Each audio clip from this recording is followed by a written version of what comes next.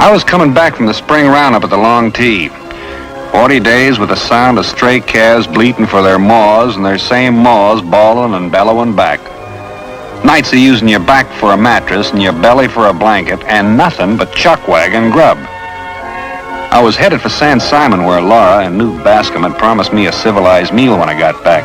Fried chicken, fresh vegetables, chokeberry pie with meringue. You know, I was beginning to feel kind of desperate to get there. Howdy, Miss Bascom. Can I be of any help? Well, look who we got here. Sure is good to see you, Vin. Good to see you, too. Still trying to make things grow, I see. Still at it. Doesn't look like the roundup took anything out of you. Well, it didn't put anything back into me either. Don't tell me you forgot. You said fried chicken and all the fixings, remember?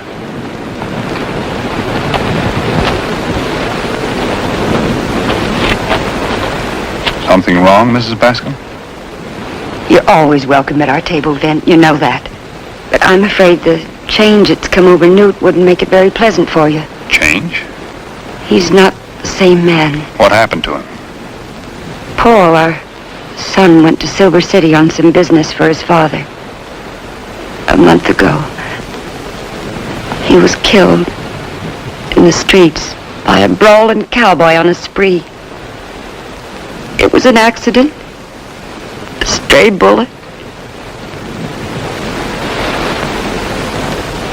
I wish I knew what to say, ma'am. Out here, you've struggled to make something take roots and grow. The land's against you. It's wind and drought, floods. The worst of all, I think, is the evil men do. So maybe when you're in San Simon again, Vin, you'll drop by. Next time, Vin, the Lord willing, he'll be himself by then. He's the only law we got hereabouts. No sheriff, no judge. Just knowing that should be medicine enough for a man like him.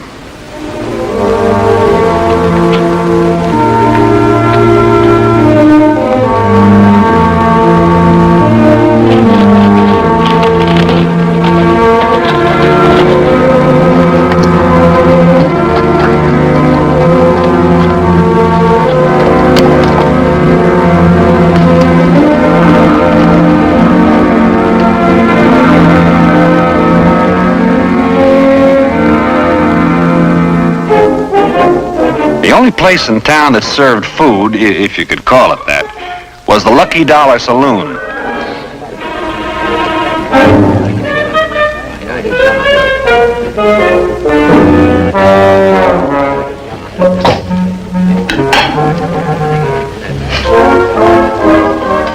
That steak was pure discouraging, and the coffee was almost killing. That was a good one. Come on, give us another one. Come on, Dad. We got another one. Wait a minute. What's the matter with you, boy? Don't you know how to laugh?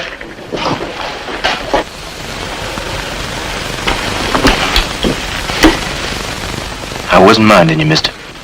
Well, maybe it's about time you did. Now, come on, let me hear you laugh.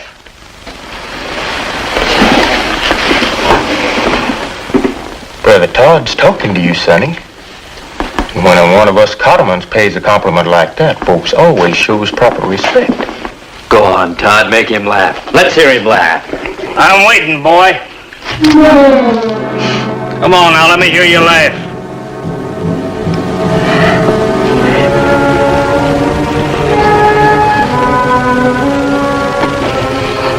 Mister, the biggest joke in this place is you. You're a real clown. And running you a close second is them two comical brothers of yours. I could just busy my sides laughing at all of you.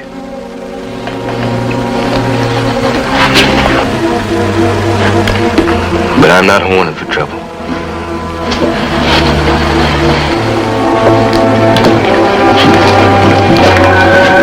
I'll show you who's a clown.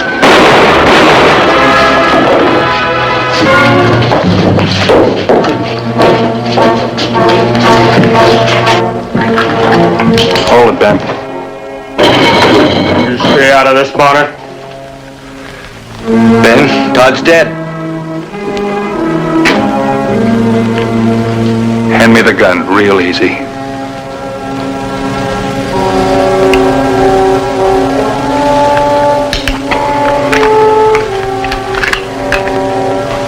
asked for it.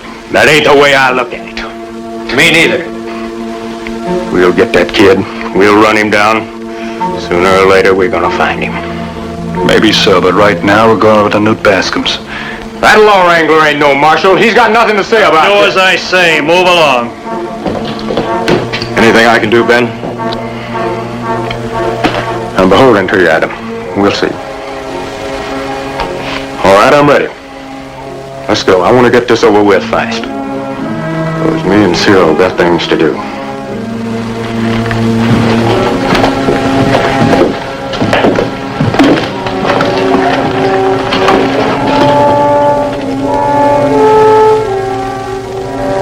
What'd you expect me to do, Vint? You know there's no such thing as law in San Simon. Haven't you let your thinking get a little bit twisted, Mr. Bascom? Just stating a fact. That's a fact you never accepted before. You've always tried to point the way till the law did come. I was a fool. You're wasting my time. Even in towns where they've got a marshal or a sheriff, the law's a mockery. Didn't keep my boy from being shot down. Never brought his killer to justice. All this talk's letting that kid get a big jump on us. We're forming a posse and going after that boy. You hear, Ben? Yeah, that's fine with me. I just want to get near him, that's all. We'll leave from the Lucky Dollar.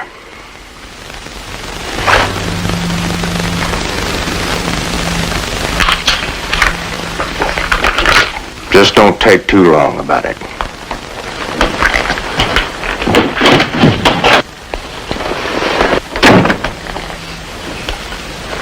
You'll excuse me. Newt, maybe a little time before I get back. Get back. What are you saying? Look, Ben and Cyril caught him and don't mean to take that boy alive. Somebody should be there to stand for the law, whether he wears a badge or not. Well, Laura, I'm going with the posse. you're shaming me into going. Is that it? I'm doing what I think is best. The way you thought once. You're letting a young saddle tramp come between us. Someone you never even saw. You know that if you go, I'll have to go. I'm sorry, Newt.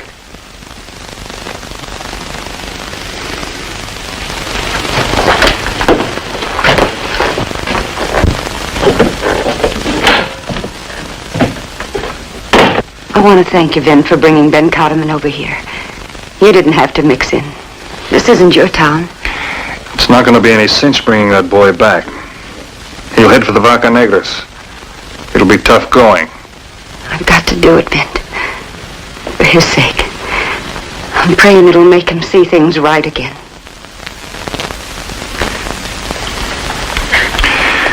I'll get the horses ready.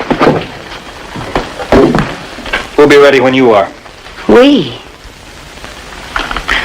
I don't have a town, ma'am. And maybe that's all wrong. Maybe everyone should have a place they'd like to see take root and grow right.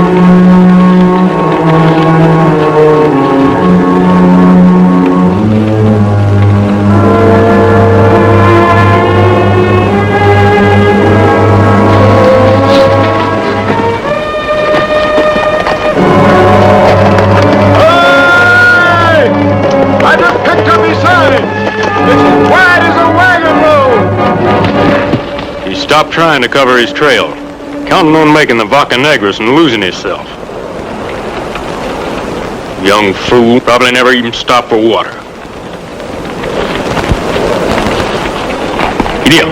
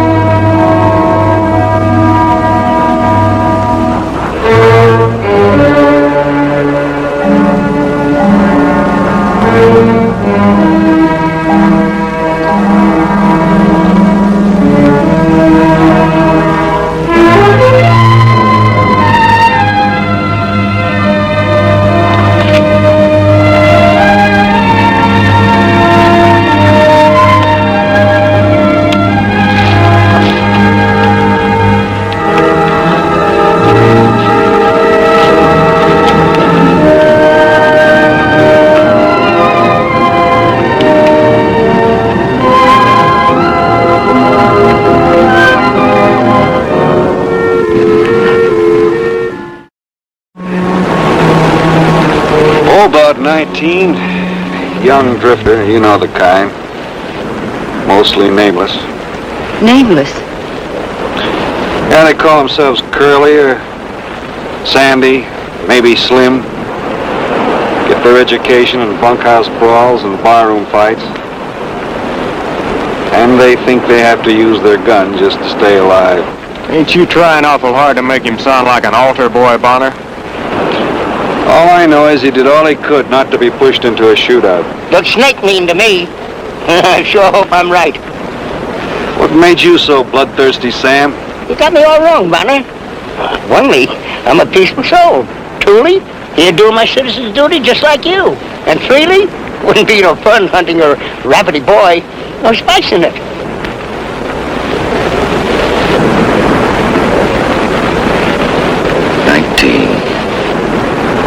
Age. Try to get some sleep, Newt. Yeah, let's all get some sleep.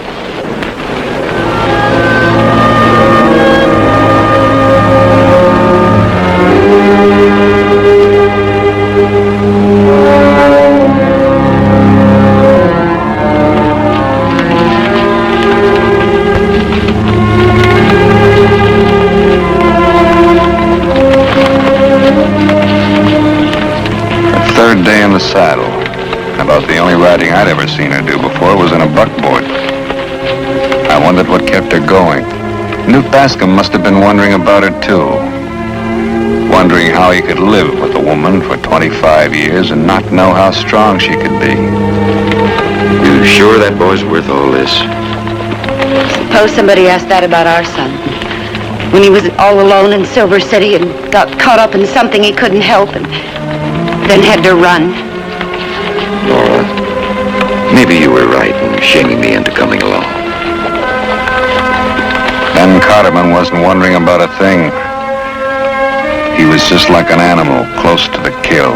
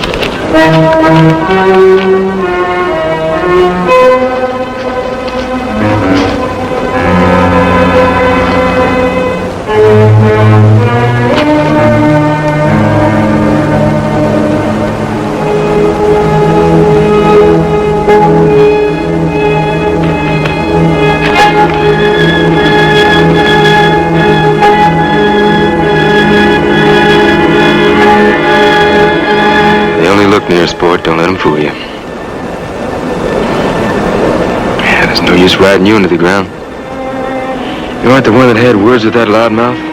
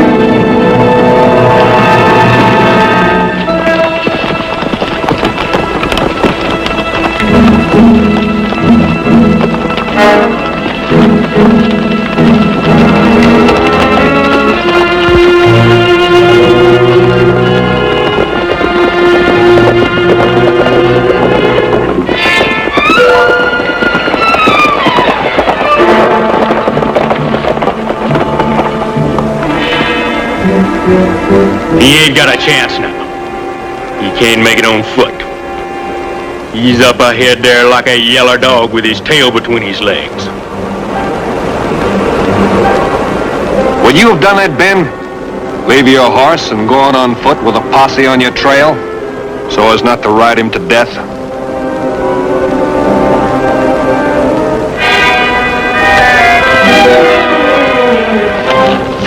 Let's go.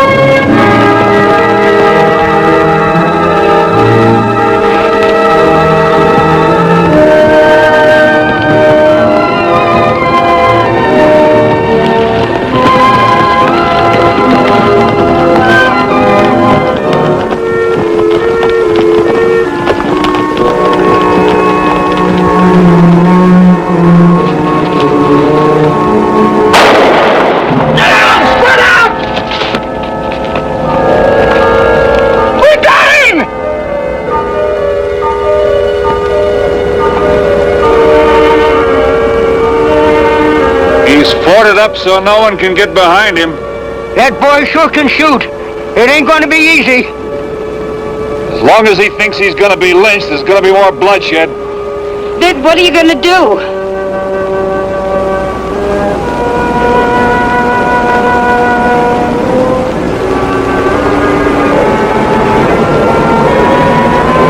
Try and talk to him.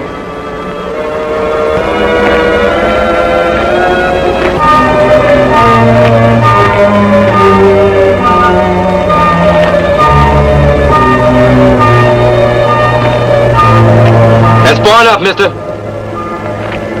I want to talk to you, son. Go ahead and make it quick. I can promise you a fair trial. With the judge from Tucson. Sueno, Marshal. What's it to you? There's two fine people down there that would like to see things done the right way. The lawful way. I like the way you handled yourself back at the Silver Dollar. And I like the way you went off alone in the desert, gave your horse a chance. That's the way it is. I'm sticking it out. All right, if that's the way you want it. But remember, you're either on the side of the law or you're all by your lonesome. I had a feeling you understood that. Wait. Yeah? You and the ones that want to go on back to San Simon. Just leave me a horse. You can pick mine up on the way back. I'll be along. Have I got your word on that? On my word, if I'm still alive. You know as well as I do that them Cottomans ain't gonna budge.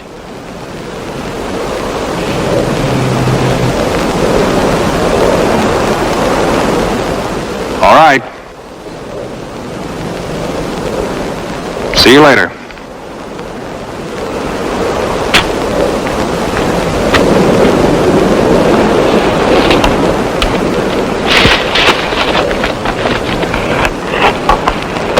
We come here to get him, and we ain't leaving till he's got you. Hear? The manhunt's over, Ben. Whoever wants to stay can. I'm taking the kid's word. That's what you think, Vint. That's what I think. Well, I didn't take him. Low-crawling dirt. All of you.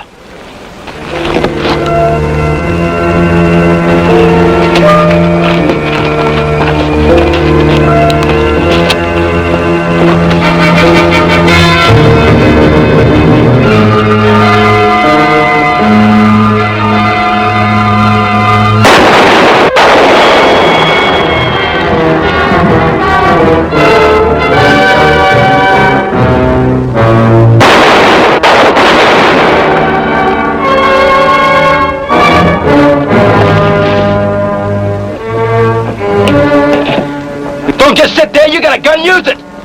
You've been prodding me, mister. You and your brothers have been prodding me too far. Now go ahead and shoot. Please don't shoot me. Don't shoot me. You handled yourself real good. You don't keep your word very good, Mr. Bonner. I thought you might need help. See, I was wrong. Jason here's gonna need to be put up someplace while you're waiting for that circuit judge from Tucson. After all, you haven't even got a jail. We've got a place in our house. It needs filling. Yes. Town's not bad. Sometimes things happen, that's all. Guess I just couldn't sit around and watch another innocent boy get killed. Is that all right with you, ma'am? I'd like that real well.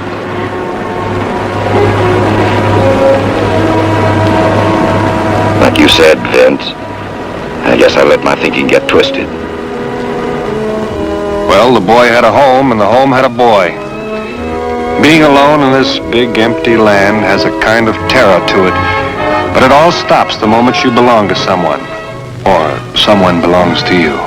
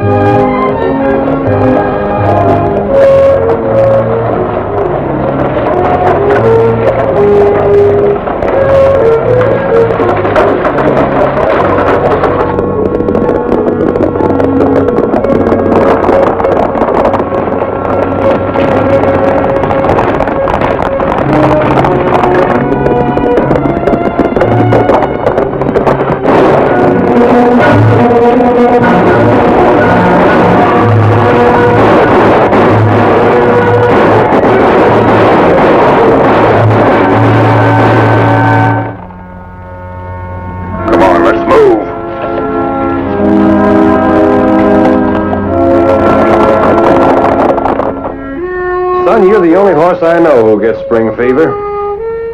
It's a nice day for it. One of those days when nothing is going to happen and you just don't care. In the shape I'm in, if anything did happen, I couldn't happen back at it. Yeah, coming into Hope Springs. There's a town that has spring fever 12 months out of the year.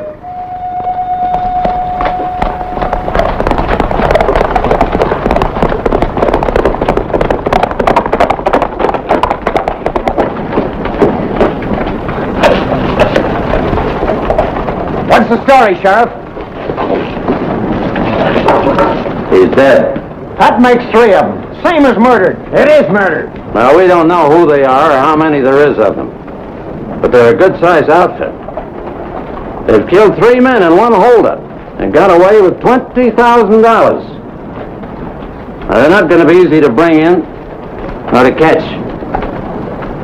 But they know we're hunting them, and we'll hang them. I'm with you all the way, Mr. Rayburn. We're all with you, Sheriff. All right. And we've got our posse.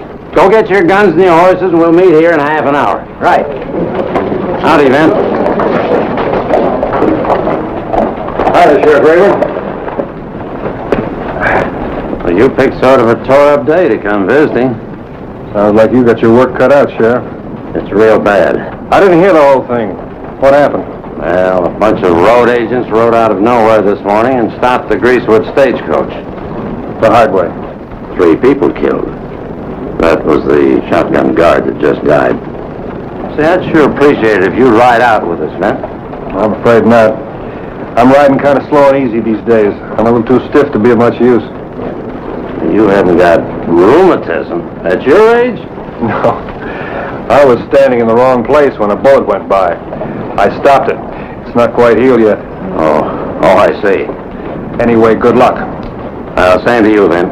And keep your eyes open. I'll stay awake.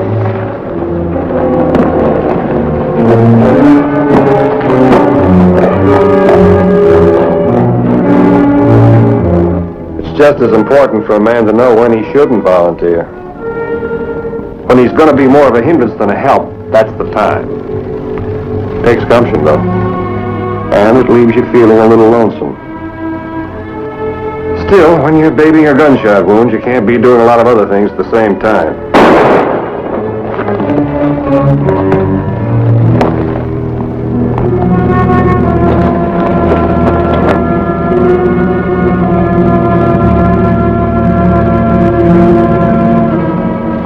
Get off your horse.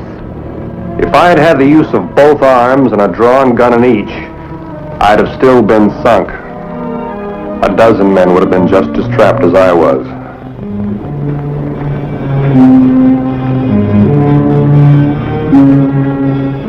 That's far enough. Drop your gun.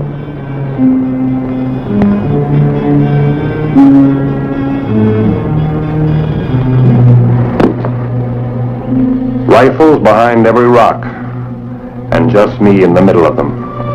Not one of them moved an inch. Throw over your poke.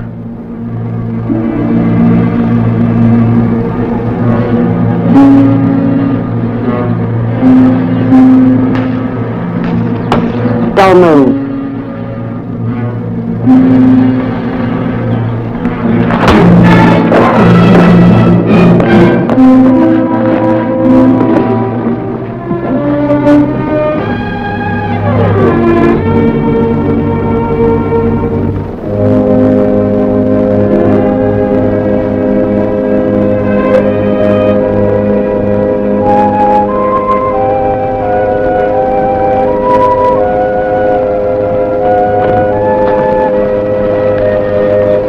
Nice and cool down here in the shade. Why don't you ask your friends up there to join us? Think you're pretty smart, don't you? Matter of fact, I think you're pretty smart, too. Though usually girls your age are mostly beginning to think about boys. Where you live, kid? None of your business. All right. I can just tie you on your horse and let him lead us to your home.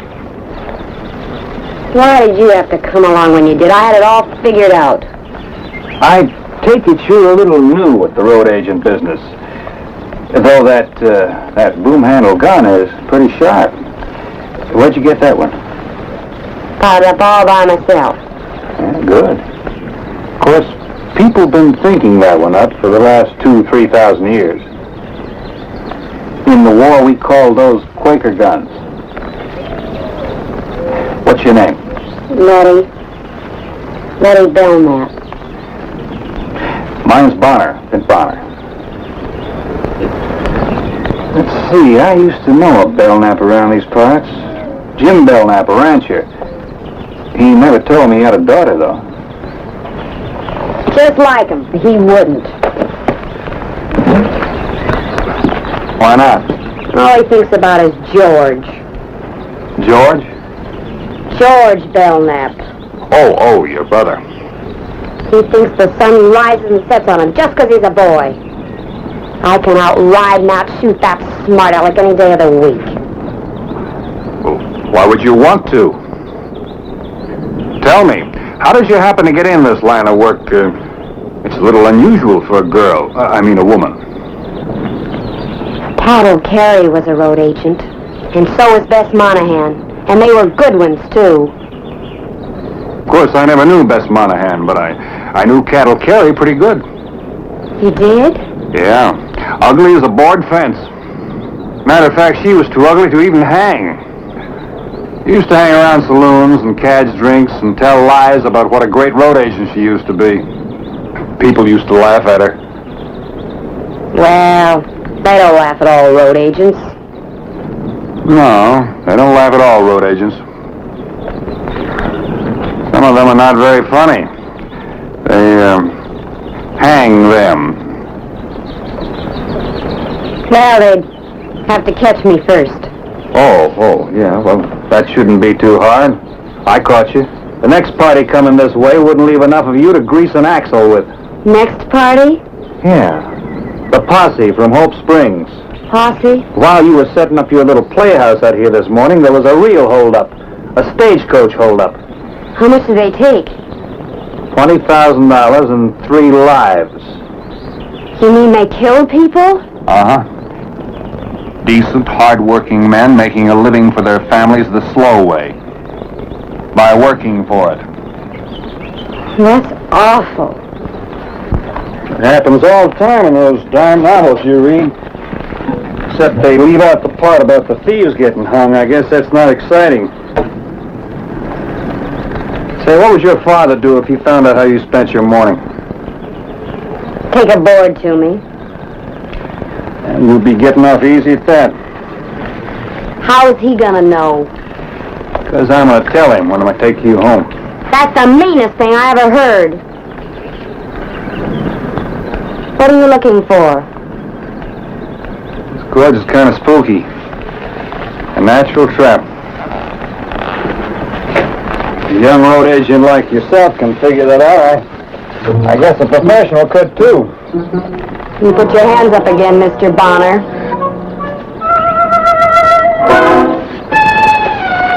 Now, what are you up to? I'm going my way, and you're going yours. And if you come near my house... All right. You know, you look like a young lady who could be right smart if you put your mind to it. Now, there's one thing you ought to learn. Who's that? One thing you've got to learn. What are you gonna do? No! Do something your father's got for.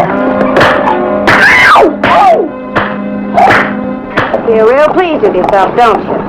Yeah, anytime I see nonsense, I'm pleased with myself when it's all over.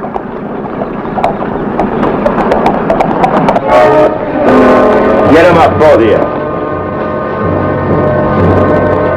Anyone you know? No. Climb down. And take a good look at your first real road agent. Climb down. Gang must be splitting up. That's like everybody's splitting up in little bunches. I'll take your guns and your horses. First time I ever saw a girl in a posse. Now, this is what I was talking about before. See what's bad about it? said I'll take your guns. There's a right way and a wrong way to do everything, and he's doing it the wrong way. I don't think you understood me. I said I'll take your guns. Right away, but you see, I was trying to explain to the young lady a while back.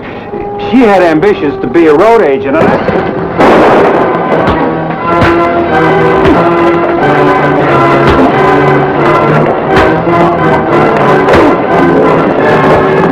All right. You can stop now. Yeah, it's a good thing I was in the neighborhood. This is as far as you go, lawman. Just to set the record straight, I'm not a lawman. I don't matter at all. What are you gonna do? Just you wait and see. I would take care of this smart friend of yours for good.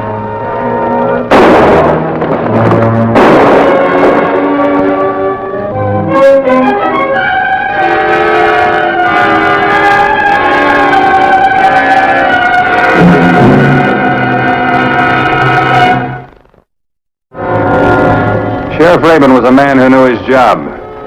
He and his men killed or captured the rest of the gang. He was mighty glad to get the last two and the money. Well, they're the men, all right. And they'll last long enough to hang. How did it happen? Well, I don't know exactly. I guess they wanted our horses. First this one showed up, and then this one came along. I gotta hand it to you, Vince. For a wounded man, you're still a tough one to tackle. I don't deserve the credit. If Miss Belknap hadn't been here, I'd have been in real trouble. Looks like the going-ons here were just too much for her. I better follow and see that nothing happens to her.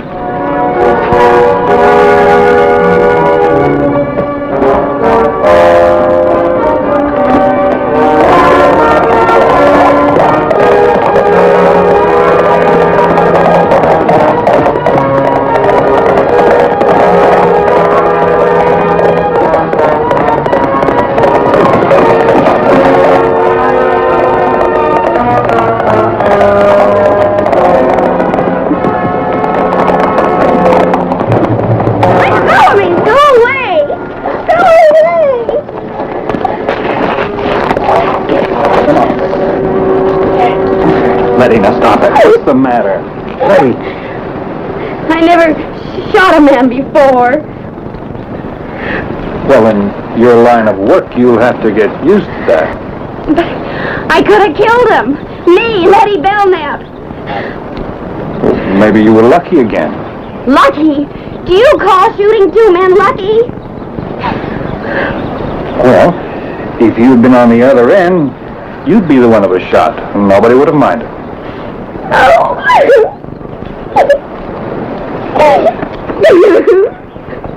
That's right. Get it all out. You learn anything today, Letty? I've learned a lot. What? The difference between real and make-believe. That's quite a lot. Most people go through their whole lives and never learn that. It says someplace in the book that experience is a dear teacher. That means expensive. It says, too, that a fool will learn with no other. Yes, I think it does someplace.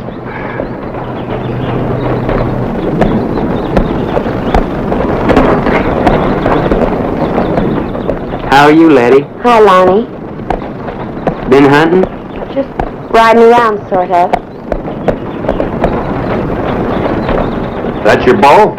I haven't got a bow. Well, you ought to have.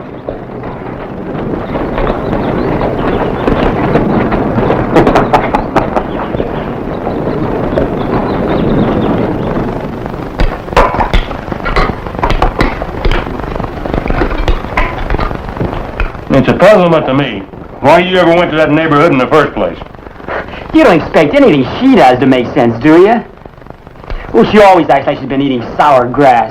Nobody asked you anything. Letty, I've told you until I'm tired of the telling. A half-grown gal has got no business riding off in all directions. Well, it's a good thing for me she was out there today. She handled the situation just like a grown man. I'd rather she'd start acting like a grown lady. If it's all the same to you. You're not going to sit around waiting for that to happen, are you? You've always got something smart to say, haven't you? Now look, you two. You start fighting, and I'm going to take a board to the both of you. You couldn't have like a lady... Now you hear me?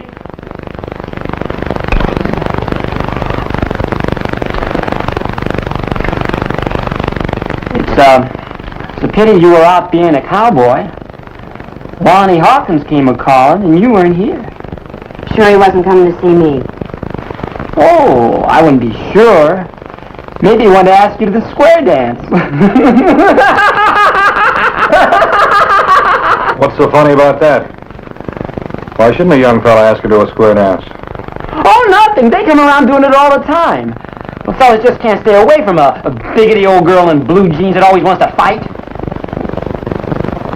Just one more word out of you, and I'm going to take my belt to you.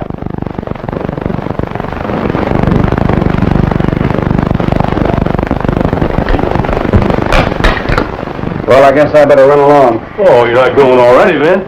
You ain't been here long enough to let your saddle cool. Well, I hate to eat and run, Jim, but I've got something in town I got to do. And you come again. I'll see you later. So long, Eddie. Bye. You probably go to that square dance in blue jeans if I... I've had enough. Now you two, shut up and eat your food. Go on now.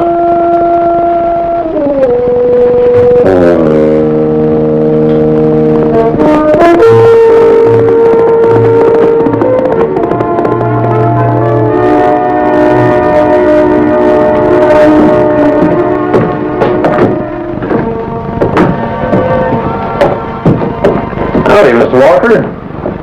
Well, howdy, Sheriff. I guess the company was glad to get their money back. That they were, Sheriff, that they were. In fact, they asked me to convey their special thanks to you and Mr. Bonner here, and to the young lady. That's what we wanted to talk about. Did they mention anything about a reward? No. I'm just as sorry as I can be, Mr. Bonner, but there just isn't any reward. This whole business came and went so quick. Nobody had time to post one. Yeah, hadn't thought of that. It sure seems a shame, don't it? Yeah, it does. And a little girl doing all that good? How about that, Ben? I always thought that virtue should be rewarded. Well, you've got a point there, Mr. Bonner. He sure has. You know, you people owe that little girl something. Why, for all you know, she may have prevented a whole epidemic of stagecoach robberies and such. Could have drove you people clean out of business. Only trouble was, she stopped it too quick. We generally don't post any rewards till after we lose money. Well, now, Mr. Walker, it wouldn't have to be a very big reward. And if you're not going to pay any reward at all, well, maybe nobody will bother to even stop people from holding up your stages. Well, how much of a reward did you have in mind? Well, let's see, how much was it they took? 20,000? 20,000. That's quite a lot of money.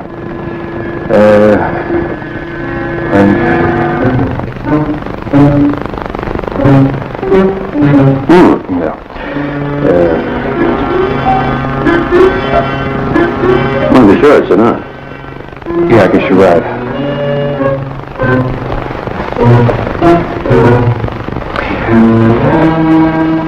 How about $12?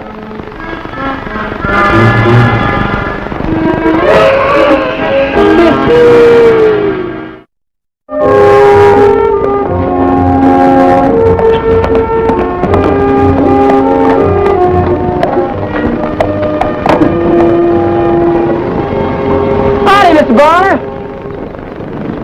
Hi, George. Say, where's Letty? Oh, there's never any telling. With her. Hey, Letty! A fella come to see you.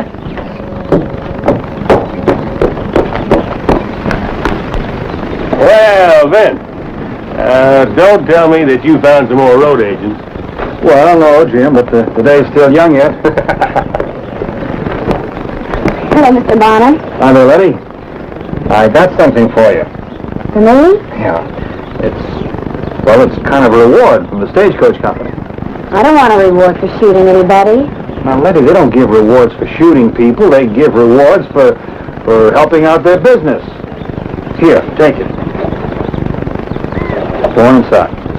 Why? Well, go on inside in case you like it. Now, Scoot, what?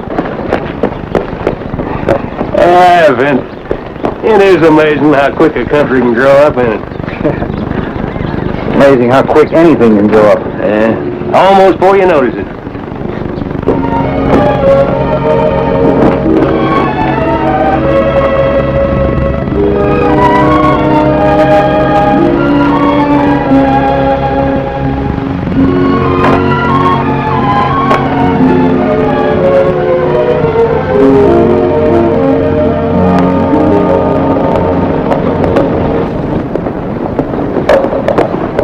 Hey, company's coming.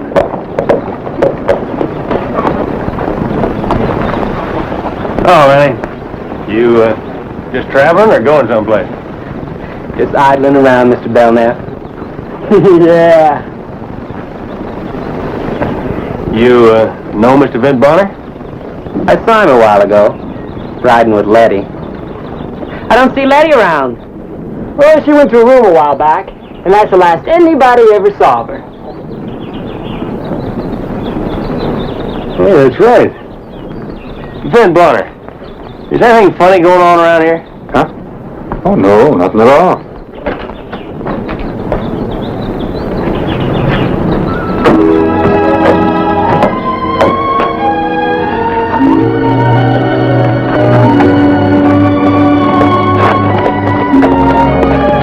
Well, what in the world is that? Well, I never. You laugh and I'll beat your head in. Letty, I'd say you've gone beyond fighting with the boys. Wouldn't you, Vince? That right. Well, what are you gaping at? Well, is that what you're going to wear to the square dance? Wasn't planning on going to any square dance. Well, when you do plan on going. Letty, why don't you let him take you? Shucks, he can't help it because he's bashful. Well, I guess I better be traveling. Well, might as well stay a spell. I'm behind schedule now. Goodbye. Goodbye, Letty. Vince!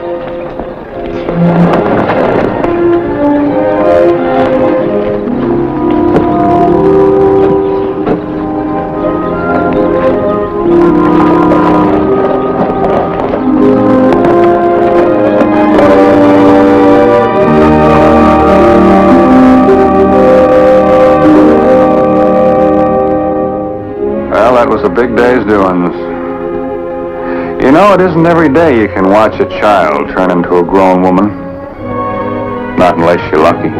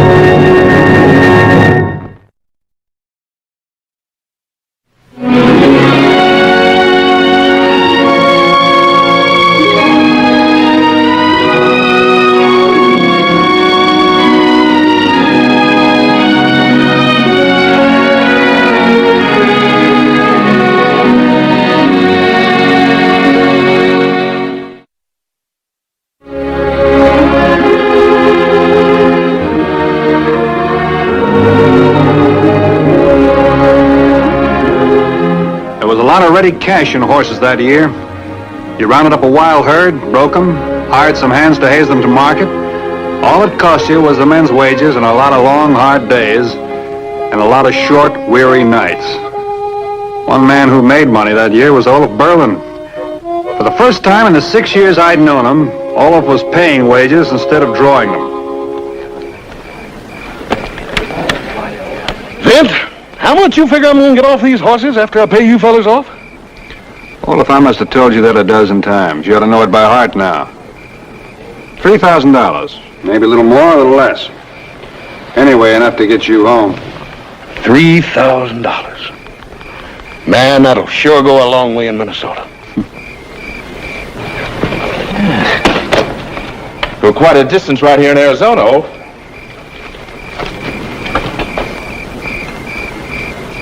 Want to set them up when we hit town tomorrow night? Well, for you, Quinn, the rest of the boys, but I ain't taking none. No, sir, not for me. Not one little swallow, huh? Not even one little swallow. If you fellas could see that farm back home, men have to see it to believe it. Lakes, and fishing streams, and trees thicker than the bristles on a briar. And right paying in the middle of it, my paw's land. Cleared as clean as your hand. The wheat waving.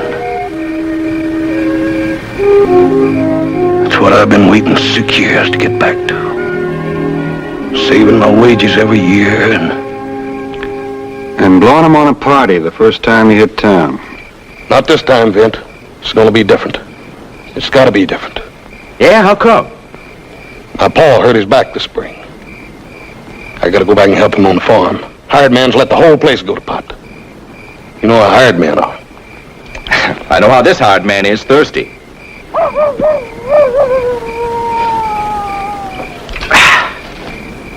Come tomorrow night, me and coffee ain't speaking. Oh, I can see it now.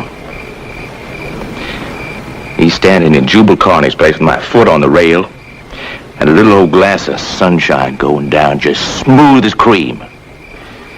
That's enough, Quinn. It's all right, Vint. He ain't gonna keep me from going home. It was about time you got wise to something. This is home. For you as much as us. All the dirt and sweat and rancid bacon and weebly hardtack you can eat. You ain't no better and no different than the rest of us. I think you're wrong, Quinn. I think Olaf's a green country farmer. Used to be. He's just a plain dirt cowpoke now.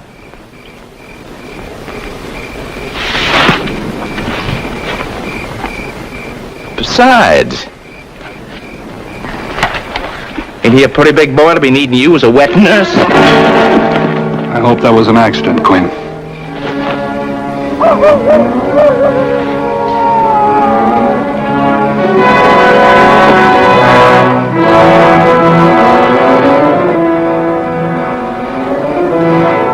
Soon, Bonner. Real soon.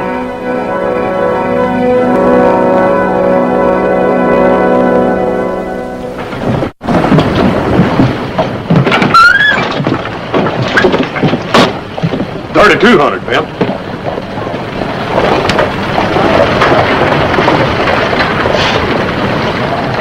Here, Vint, pay them off. I ain't much of a bookkeeper.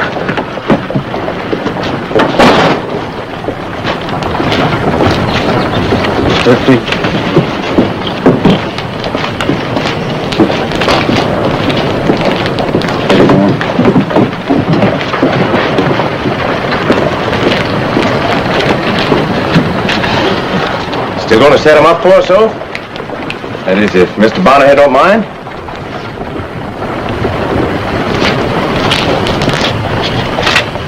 That'll cover it.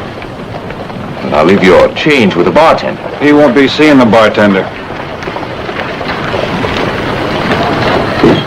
Just to make sure, Olaf, why don't you put that money back in the bank till you leave tomorrow morning? Sure, Vint. That's a good idea.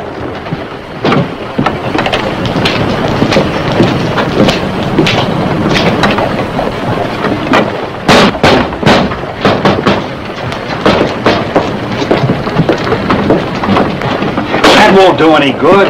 They're still in there. I can hear them. Hear him or not? Bank's closed. I suppose you boys run on about your business. Well, Marshall, he just wanted to lock his money up. You raise any more ruckus, I'm going to lock you up. So that's your big, dumb Olaf, is it?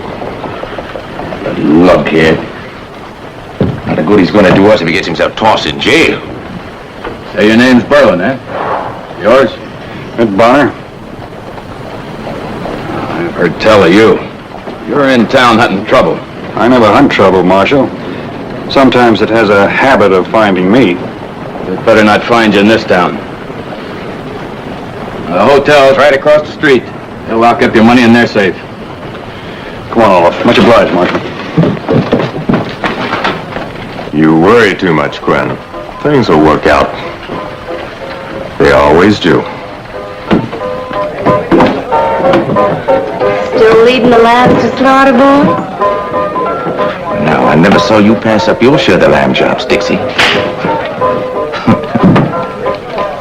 I guess I had that coming. Who's the lamb this time? Big one. Plenty wool. Only hitch is he's got a ramrod. It won't let a man near him. Doesn't have to be a man.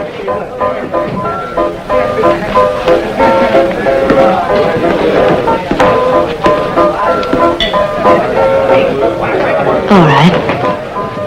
What do you want me to do? Like you didn't know.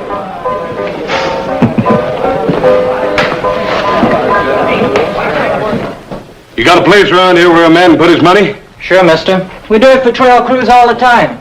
You sure that thing's safe? Safe as a bank. Phew. No wonder you're worried. That's quite a roll. Biggest one I ever had. Means a whole lot to me. You let anything happen to it, Nothing's going to happen to it. Your room's number 12, top of the stairs. The boy will bring you hot water. You coming, Vent? No, I'm going out the stable. Seemed to me Scar was favoring one of his hoofs.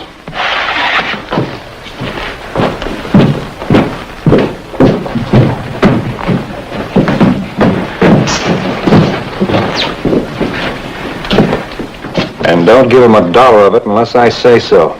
Why not? It's his, isn't it? Yeah, but it wouldn't be if it was in his pocket. You mean there's those that would try to separate him from it? That's the idea. Whatever you say, mister.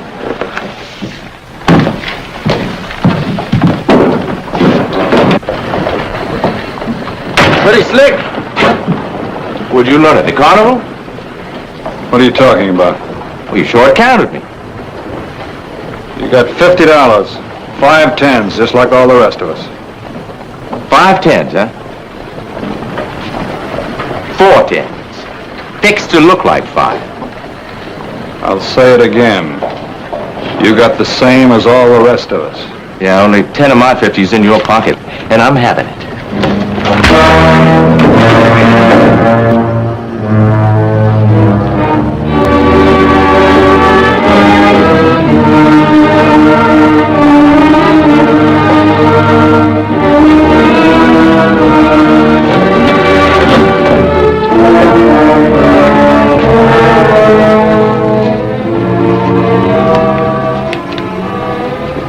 Trouble found you after all. Now listen to me. I didn't start this. Didn't start it. Short count me and then like to bust my jaw. Listen to me, Marshal. We had a run-in back at camp. He's still packing a grudge. Sorry, Bonner. You can tell all that to the judge in the morning. In the morning? I'm afraid you'll be spending the night as a guest of the county. Let's go.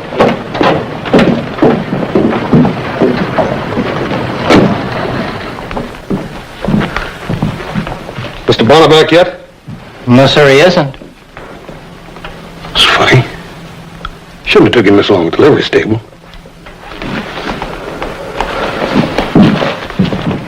Oh, hi, Quinn.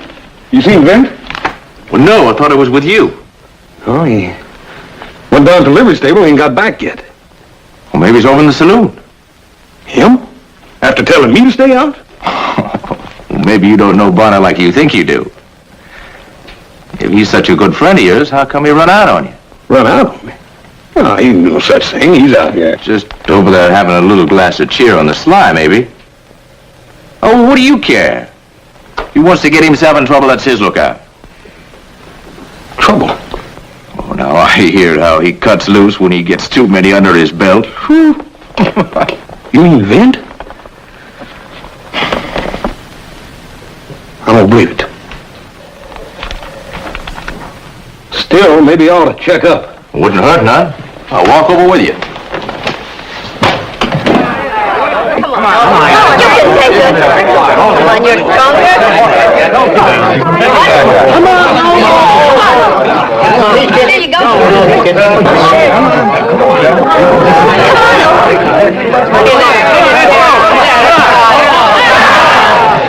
Oh, the man's a regular bull, isn't he? Hey, you ever see such muscles? Where'd you get them, Ola? Lifting animals for exercise? Them farm muscles, Dixie. Harvesting the wheat and bringing in the hay. Think I could wear this old garter around my neck? It's a mighty pretty little neck, Dixie. I bet you could.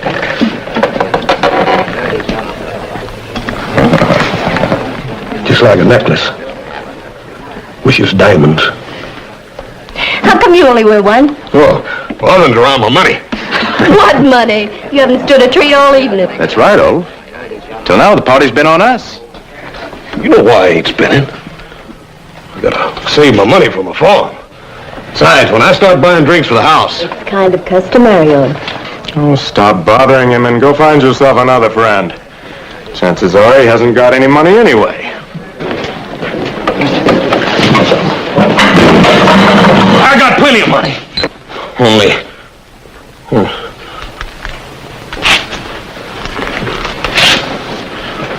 What do you mean about find yourself another friend?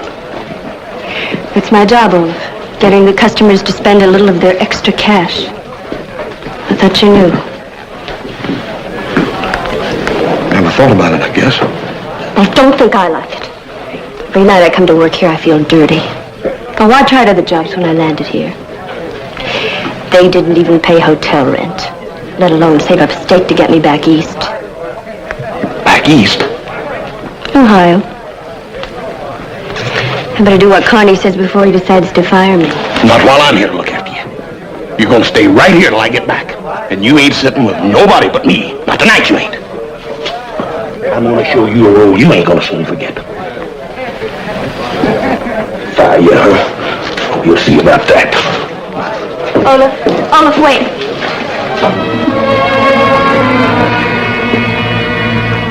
Hold my money. Mr. Bonner said... I want my money now. You understand me now? But Mr. Bonner said... I know, but I said I want my money. He said not to give it to you.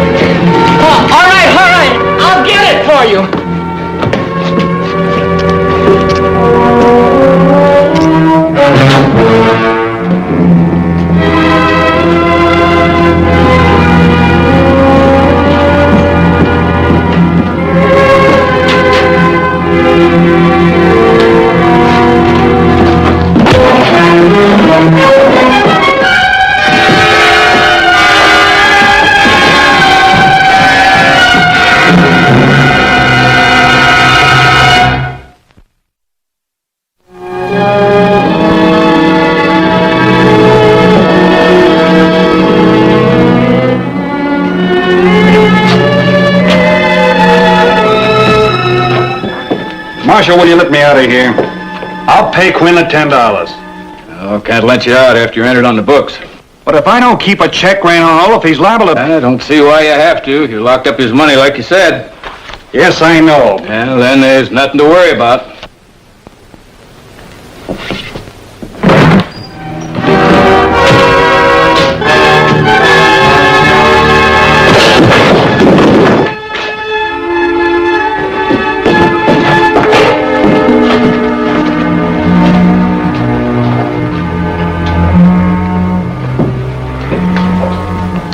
Well, you really did it this time.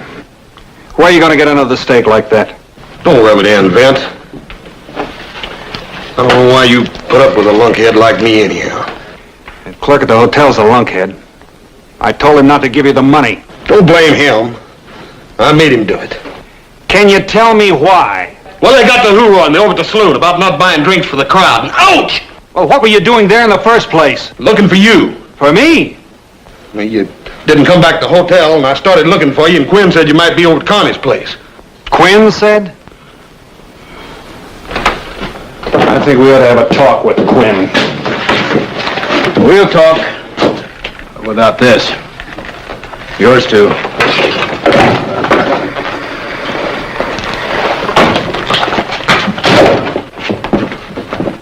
Well, I'm afraid you got the wrong bull by the horns, Marshal. Why, Holt's my friend. Why would I slug him? For his money. When a man has a bankroll, he generally spends some of it. That's something he didn't do. At least, not here. Why did you steer him in here looking for Bonner? You know all the time I got Bonner locked up. Look, it wasn't me that robbed the squarehead. Haven't been out of here since he left. None of us have been out all evening. Right, Dixie? I guess so. You don't sound very sure. They were here all evening. You're lying. You're in cahoots with them. Enough of that. You had your cry. You better vamoose while you're all in one piece.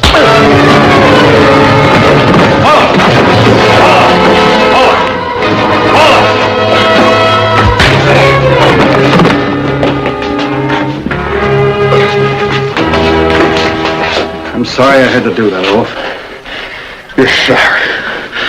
Why didn't you swing on the ones that robbed me? And you ain't even searched him yet. Well, go ahead if you think we got his bankroll. It's up to you, Marshal. But let me tell you something. I'm not used to having my place wrecked and being called a thief all in one evening. All right. Go ahead. Get it off your mind. If they had it, it's buried too deep for us to find it. You mean you're gonna let him get away with it? Well, I ain't. You better lock him up for his own good. Lock me up? Never figured you'd sell me out, yet. Always figured you for a friend. Come on, things will look a lot better in the morning.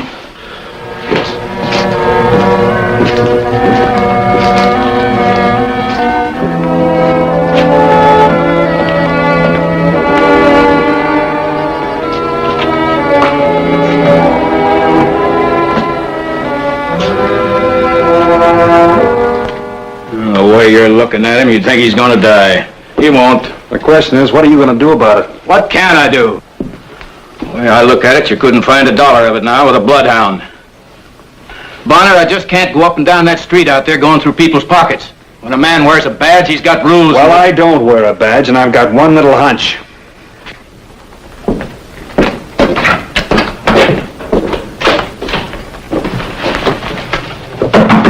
Who is it? My name's Bonner. I want to talk to you. You talk to me in the morning. I'll talk to you now.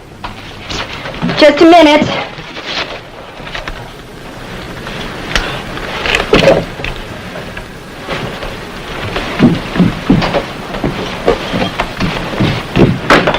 What do you want? Almost $3,000. The pay isn't that good at Carney's place, mister. Besides, there were other girls there tonight. Why pick on me? You were with Olaf. I'm not fooling, mister. You've got no business going through my things. Put it back. Pay must be pretty good at Kearney's. One night's work? Too many nights' work. All right, get out.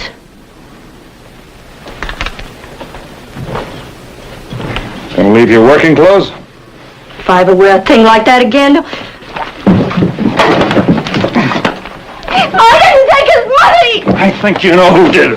Was it Kearney? Quinn? Both of them? Leave me alone!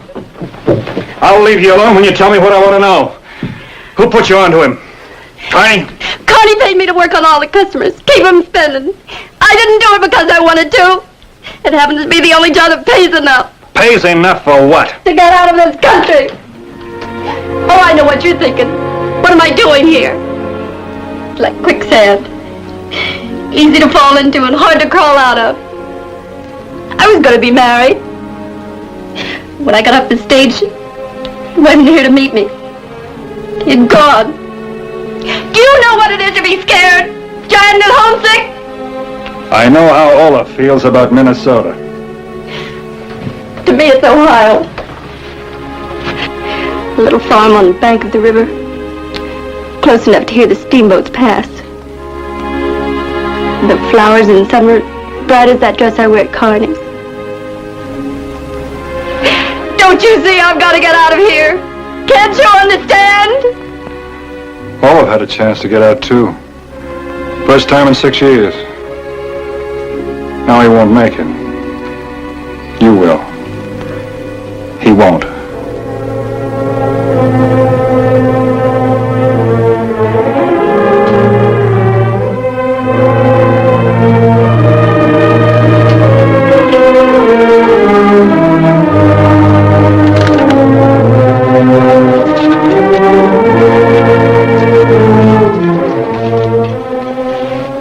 $50. That's what they gave me. Maybe it'll help.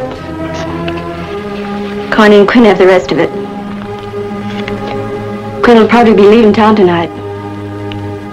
He doesn't stay around long after the job's finished. Thanks. I had to be sure.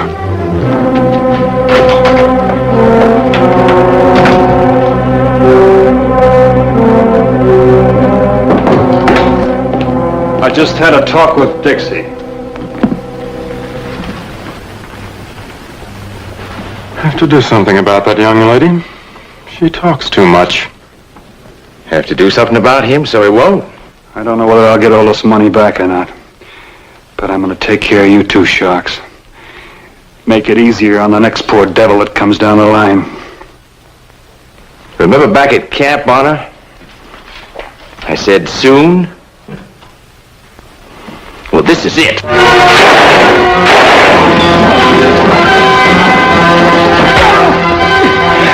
Where's the money? I told you before, I ain't got it. Where's the money? No, don't hit me. I'll get it. I'll get it right now.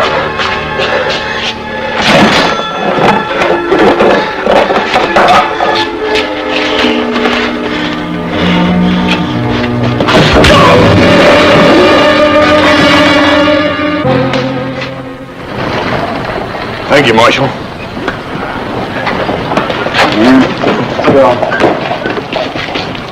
You mind me, only milk, all the way to Minnesota.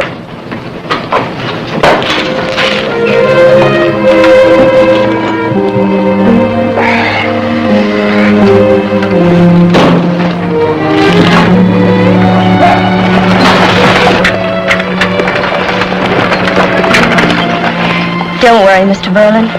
I'm not working for Carney anymore. I'm going home, too. Thanks to Mr. Bonner.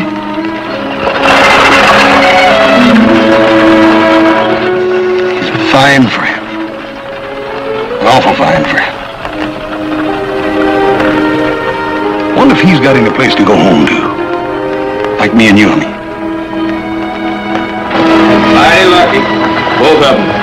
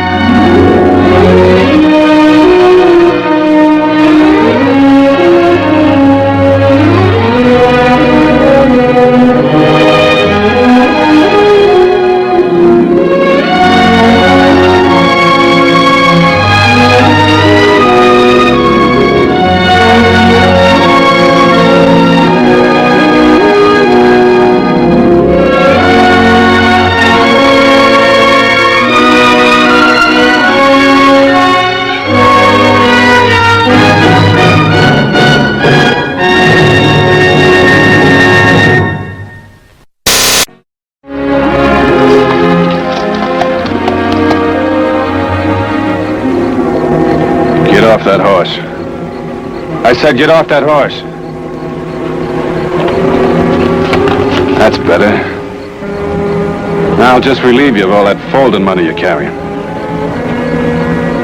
I said, give me the money, mister. I'd just finished 3 months' work at the Winslow spread. And though the pay was the best in the state, my heels were beginning to itch, so I was on my way to the Copper Springs Bank to get my check cashed and move on. Handsome-sized check, too. $67. Copper Springs was generally one of the quietest towns you ever saw. But today it looked and sounded like a kettle just before coming to a boil, shaking and humming all over. Couldn't help wondering what all the excitement was about. Can you believe it, Mac? Sheriff Hempel capturing the Wyoming kid. Well, the sheriff didn't exactly capture him, Ollie. Well, then who? The way I understand it, the posse just sort of stumbled onto the kid.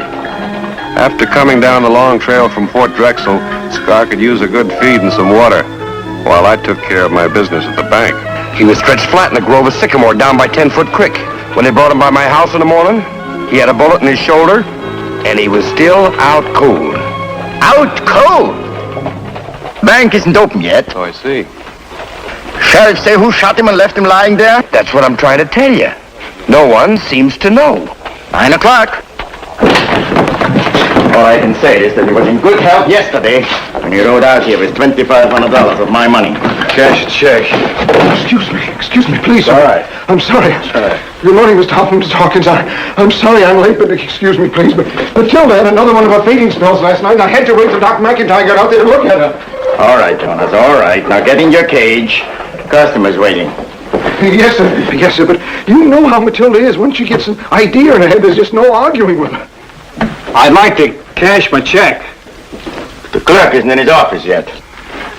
So I see. Jonas, you hear about them capturing Jet King? Jet King? The fellow who held us up yesterday, the Wyoming kid. His real name is Jet King. Sheriff says he found him down near 10-Foot Creek, all shot up. Take a mighty big man to stand up to Jet King. And there's up to 10 graves that'll testify to that. Look, I haven't got all day. If you'll just cash my check, I'll be on my way. What's your name, mister? Bonner, Vint Bonner. You say Vint Bonner? What's the matter, Mac? Why, he's a six-shooter, Ollie. What? Ain't that right, Mr. Bonner? I've been called that. I guess we don't have to do any more wondering who shot the Wyoming kid. Excuse me, sir, but I have to check my daily ledger. If I had known you were around here, we wouldn't have had any doubts in the first place. Well, there ain't no doubt about it, Ollie. Well, take a mighty fast man to outdraw the Wyoming kid. And the six-shooter here is about the fastest man west of the Mississippi. Hold it. In the first place, I don't know any Wyoming kid. And as for outdrawing him, I never... Sure, Mr. Bonner. Everybody knows how the six-shooter don't like to take credit for what he does. Well, you ain't going to get away with it here in Copper Springs. Now, listen to me a minute. I told you I don't... Wait till I tell the sheriff we know who shot the Wyoming kid. Sheriff! Now, about that check. Where's he going? We'll be most happy to oblige. Jonas! Hey, you! Will you cash the check for the check? Bonner, come right in, sir. This is a real privilege to meet you. Mac was just in here telling me all about it. He just scooted through that door to spread the news all over town. Look, Oh, not that I wouldn't have got that Jet King myself sooner or later, but you sure did speed up the operation. Yes, sir. Have a seat, son. Sit right down. Sheriff, look, I want to talk to you about that. Oh, now, don't you worry none about the reward. I'll see that you get every penny of it. Reward? I don't want any reward. Everybody says you're the generous type, all right. I'm not that generous. Look, when Jet King comes to, ask him if I shot him. Oh, Jet, he came to quite a while ago. Old Doc McIntyre's passed him up near as good as new. Well, fine. Just ask him if I shot him. Ask him? Well, what do you think I did as soon as Mac told me about it? Jet says you made a lucky draw. He's got to have an alibi. You mean he says I shot him too? You're the six-shooter, ain't you? Well, that's the feller he said done it all right. I think I'd like to have a talk with Jet King. Well, I reckon we can arrange that.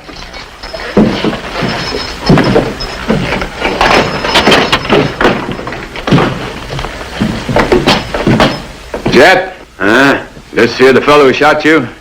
We're going over that again, Sheriff. I told you who'd done it. Yeah, I know, but Mr. Bonner here, he kind of disagrees with you. I sure do. You do, huh?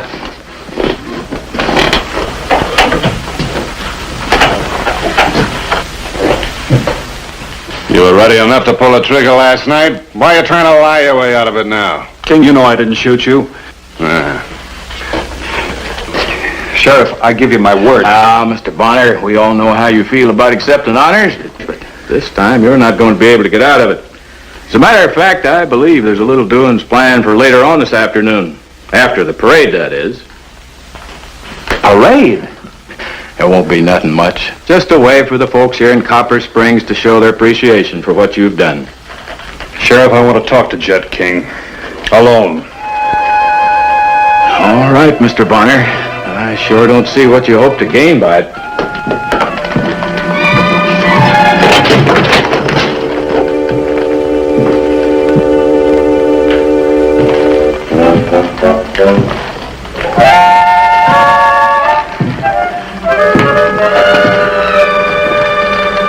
All right, King. What are you trying to pull? I hear there's a pretty big reward out for me. You know I'm not entitled to that reward. As long as I keep saying you're the fella, you're the one's going to collect it. I'm doing you a favor. Of course, it's just between the two of us now that I see you real close up. Just might have been somebody else. Must have been a real fast gun. He wasn't. I mean, I'm fast too. Plenty fast. No matter how fast you are, there's always someone a little bit faster. Not too many, Bonner. Maybe you, one or two others, but not too many. Oh, sure. But you could be getting a little old, slowing down a bit. Slowing down? I'm just as fast as I ever was. You think I'm going to let folks know that I was outdrawed by a little runt with gray hair?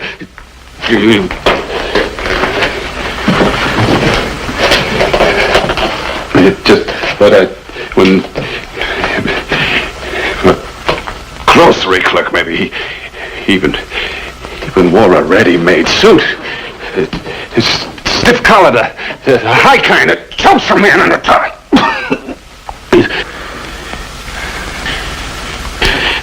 Who would ever thought a runt like that would know how to use a gun?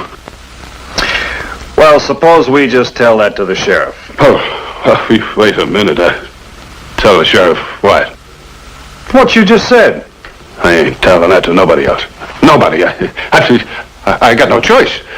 It's one thing to be outshot by Vet Bonner, but that ain't so hard to swallow. But the idea of being outdrawn and outshot by a nobody. Why, I'll never be able to face my friends again. After I break out of jail, that is. King, you're talking like a fool. Yeah. Yes, sir, Mr. Bonner. It sure was a lucky break for me when the sheriff said you were in town. After all, I got my reputation to consider.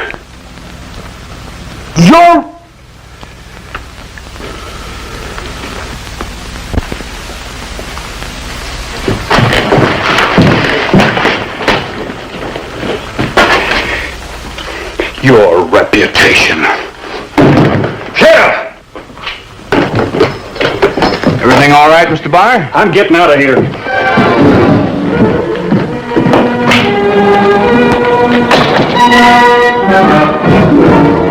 Just wasn't any use trying to convince people.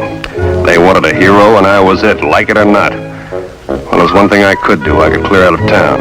And then I remembered I still hadn't cashed that check.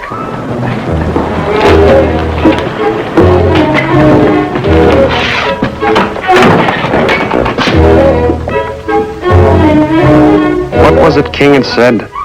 Something about a little gray-haired fella wearing one of those ready-made suits and the kind of stiff collar that chokes a man half to death?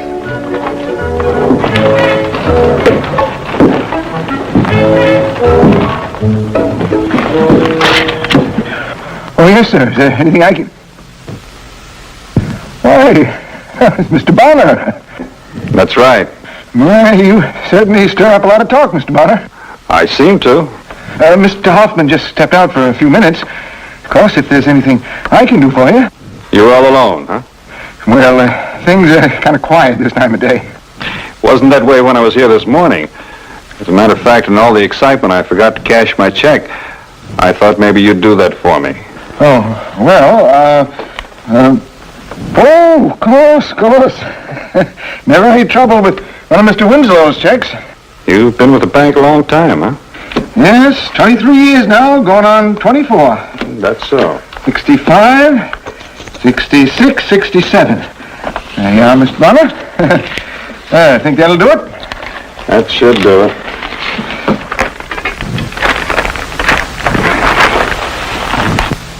Would there be anything else, Mr. Bonner? Well, there is one other thing. I was just over to the jail. Had a long talk with Chet King. You did? And he told me all about the shooting last night. Well, must have been very interesting. Well, excuse me, I have to get back to work. And he gave me a description of the man who shot him. You know what? That description fits you right down to that white collar you're wearing. Now, isn't that strange? Oh, yes, it is strange. Very, very strange. And what's more, you're just about the only man I've seen in town that the description does fit. I'm afraid that I don't understand you, Mr. Bonner. Well, I'll just go over and have a talk with the sheriff about it. No, Mr. Bonner, Mr. Bonner. Mr. Bonner, please. What are you going to talk to the sheriff about? Oh, I thought I'd talk to him about this.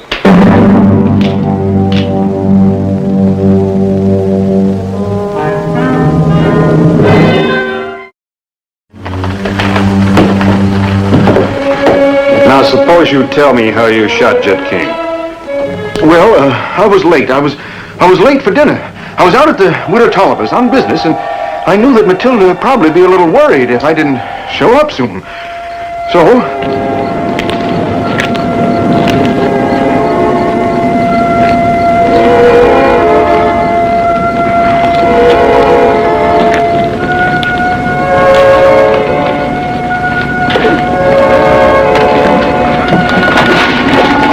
Widow Tolliver, I just can't drink anymore, T. I got to be getting home. Ah, now, Jonas, I don't see why you're in such a powerful hurry. But Tolliver, you know Matilda has supper on the table at 4:30 sharp. Here it is nightfall already. Well, she's just as likely as not to have on one of her fainting spells. Fainting spells?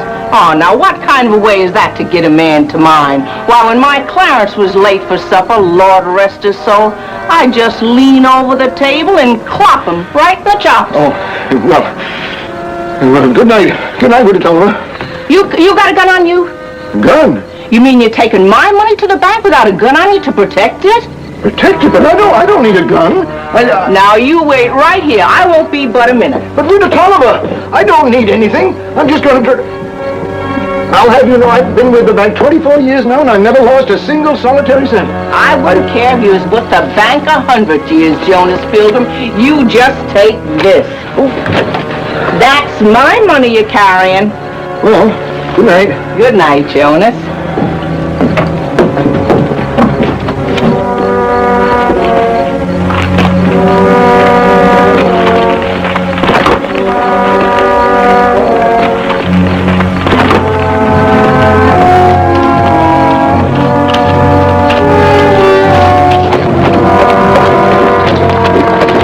As far as you go, mister, get off that horse.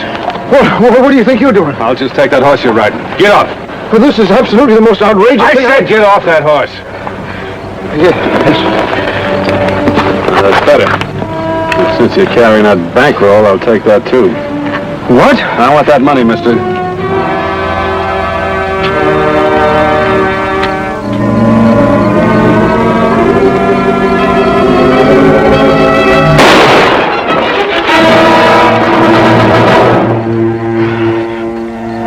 That's exactly the way it happened, Mr. Bonner. I didn't intend to. I didn't even know who he was. I wasn't here when he held up the bank. Well, no telling what had happened if you had been. It all happened so fast. I mean, the way this fella came at me out of the dark, grabbed my horse, pulled his gun. Oh, I shouldn't have done it. I don't know what got into me. Now, don't tell me you're sorry you shot a man like Chet King. Mr. Bonner, Well, the fact is, I'm a married man. What's that got to do with it? Matilda, that's my wife. Well, Matilda's kind of particular about things. She's terrible particular about me, for instance. That's why I gotta wear this doggone collar. Well, I'm sorry, Jonas. I still don't see... But, Mr. Bonner, don't you see, if Matilda thought I even so much as touched a gun, why... I don't think she'd ever let me out of her sight again. Well, looks to me like you take care of yourself pretty good. Well, as a matter of fact, I have had some experience with a gun. I don't know, I guess it was just some old instincts coming out in me. First thing I knew, there he was, lying there in the dirt. You mean you used to be a gunfighter? When I come out west, a fella had to be able to shoot his way out of a spot or two if he wanted to stay alive. For instance, once when I was...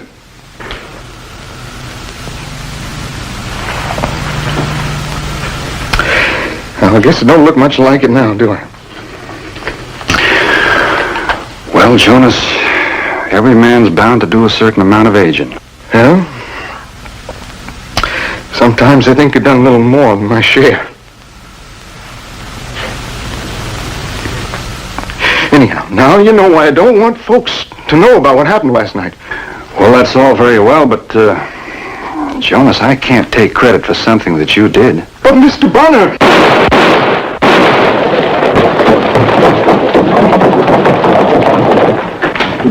Mr. Bonner! Jet King just broke out of jail. Yeah, he must have had a friend or somebody help him. Sheriff is getting a posse together. Wants you to join it. Look here now. Sheriff figures they are heading toward Badwater Falls. I'm sorry, I won't be able to oblige. Well, why not? You already captured Jet King once. Let's just say that once was enough. Which way is Badwater Falls? South! Due south! I'm going north. Due north.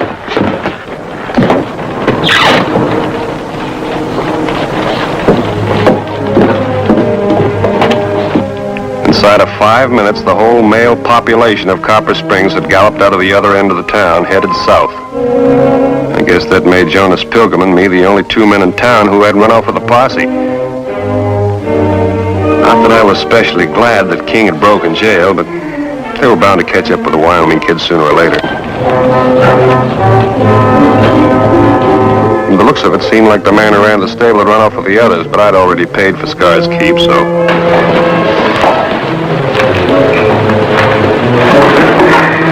Don't move. Now, you just keep holding on to that saddle, Mr. Bonner. Get to the door, keep your eyes peeled.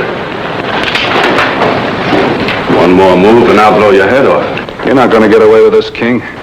Nobody to stop me except you. That shoulder will slow you down some. Don't worry about me, Bonner. I'll make out. I'm taking your horse.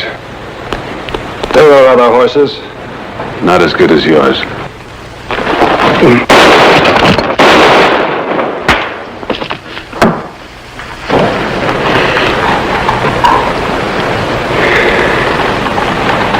Some days it just doesn't pay to get out of bed.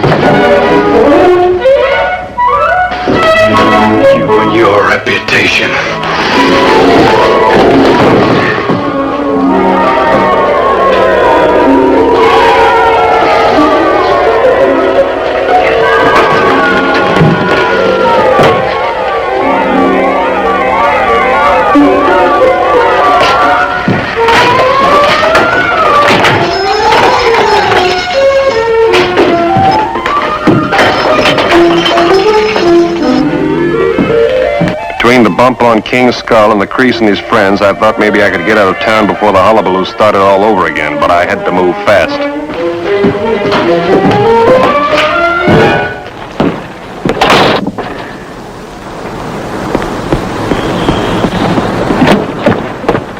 Oh, Mr. Pilgrim.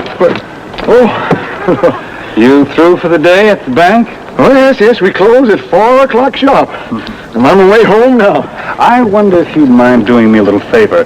Put off your supper for a while. Till the posse gets back, that is. Well, what for, Mr. Bonner? Well, you see, the sheriff left with the posse, and there's no one watching the jail. I don't see what difference it makes. Jed King was the only prisoner, and he's escaped. Well, now you never can tell, Mr. Pilgrim. Suppose someone was to break in. They could do a lot of damage. You can't tell what important papers the sheriff might have in his files over there.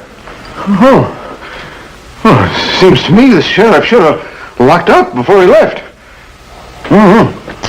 Oh, no, I'd never leave the bank like this, not if my life depended on it. Now, you know that, Mr. Bonner, don't you? I certainly do. I certainly do, but the way I figure it, you're more conscious of your responsibilities than most people. Well, if a man's got a job to do, it's his plain duty to perform it as well as he knows how. Then you won't mind holding the fort till the sheriff shows up. You know, I just wouldn't feel right running off with no one minding the jail. Well, no, Mr. Bonner. A civic-minded citizen just like yourself. It seems to me you're worrying unnecessarily. You'll never know how much I appreciate this. You just sit there a little while until somebody shows up. Hope it won't be more than a little while. Matilda's a... You better hold on to this, too. Never can tell when you might need it. Old gunfighter like you. And these. Now, just make yourself comfortable. Oh, Mr. Bonner. Yeah? I hope you're not put out by my letting folks think it was you who shot Jed King last night. I think that's taken care of. You know, sometimes it's best for a man to take responsibility for a thing, even if he didn't do it himself. You know what? You've got a point. I'll be seeing you.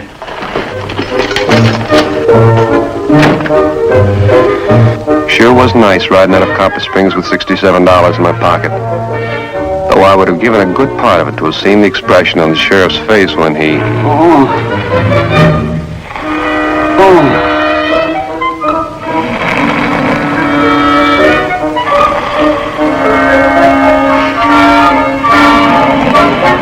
I hadn't seen this with my own eyes. I swear I wouldn't believe it. Kind of tickled me that Jed King's reputation would never be the same. Though I admit I was a little worried about how Matilda would react to Jonas's newfound talent. But then wasn't it Jonas who said that sometimes it's best for a man to take the responsibility for a thing, even if he didn't do it?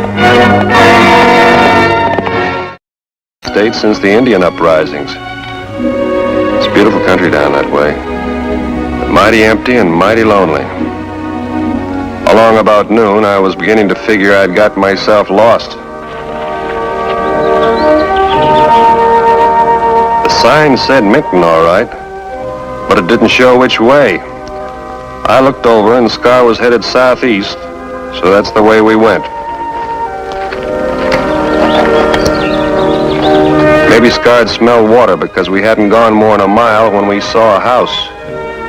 An old ranch house. Just about 1,000,000 miles from nowhere.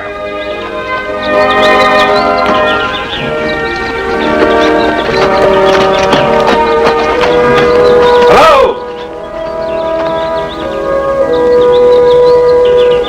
Anybody home?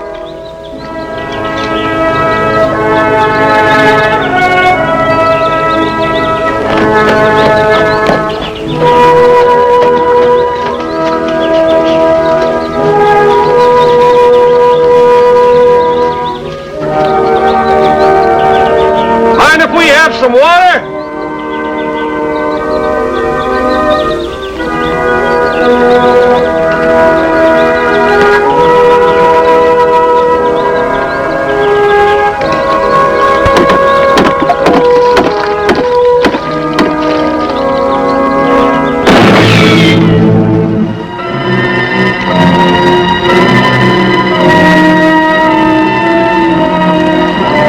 All right, if you're so stingy with your water.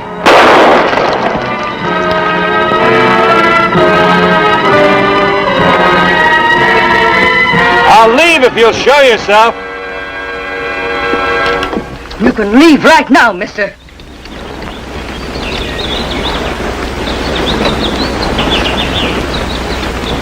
Well, now, just a minute, ma'am. I mean it. Strangers are not welcome here.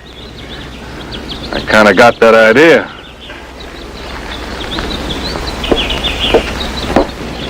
I don't mean you any harm, ma'am. What are you doing here? I'm on my way to Minton. You came the wrong way.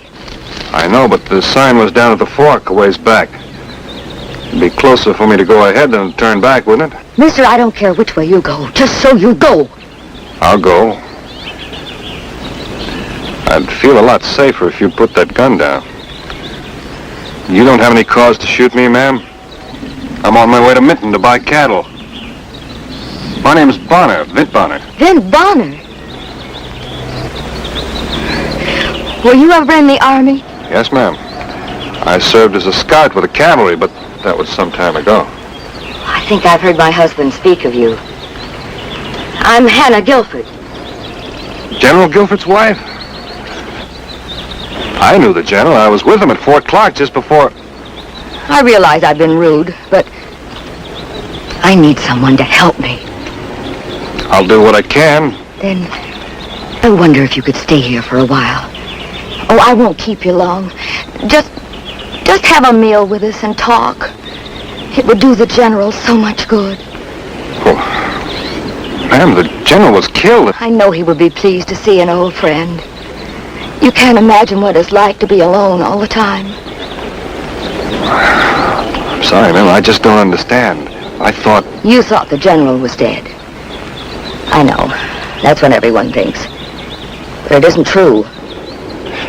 But the Fort Clark massacre... General Guilford was not killed at the Fort Clark massacre. The Cheyennes slaughtered the garrison down to the last man. They did not kill my husband. Don't you think I ought to know? I'm sorry, ma'am. It just doesn't seem possible. I thought you'd understand. But you're just like all the others. I'm sorry.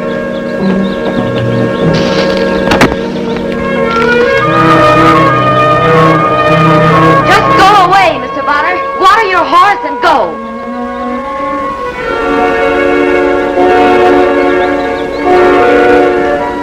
When I got to Minton, I knew I had to locate Joe Kennedy, the cattle dealer. But first, there was a little more I wanted to know about Hannah Guilford. So I stopped at the place that can generally answer my questions about a town. Yes, I know how you feel, Mr. Bonner. It's mighty sad about Hannah Guilford. Mighty sad. I sat through that army hearing myself, all of it. Not one man got out of the fort alive. Well, everyone in Minton knows that. Everyone except the general's widow. Well, can't anyone make her understand? Yeah, people have tried. I've tried. Yeah, she just flies off the handle, just like she did with you. Bob Price there works for Joe Kennedy. Took a shot at you, did you, mister? Guess old Hannah's back on the firing range again. Well, I don't think it's that funny, friend. Well, we were warned to steer clear of Widow Guilford. Reckon you should do the same. You looking for Kennedy? Yeah. Know where I can find him? Keep an eye on Hannah's range.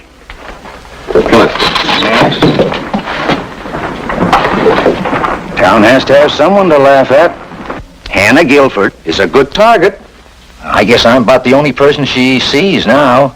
I go out there every month or so and take a load of provisions. I said to her, I said, look, Hannah, if the general's alive, let me speak to him. Show me. Yeah, and she'd try. Poor woman would take me into the house. There wasn't another living soul within miles of that place. Not a single living soul. Best thing for me to do is to get my mind on something else. See about the cattle I'd come for.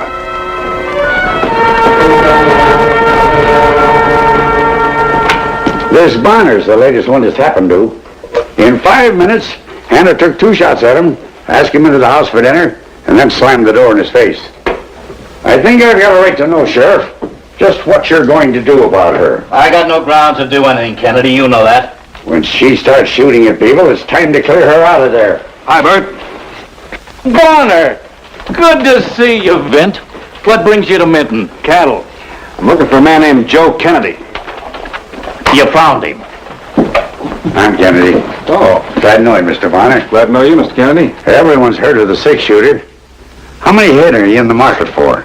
Well, first I'd like to see what you've got. Oh, not too many and not too fat. Grazing land's been pretty dry.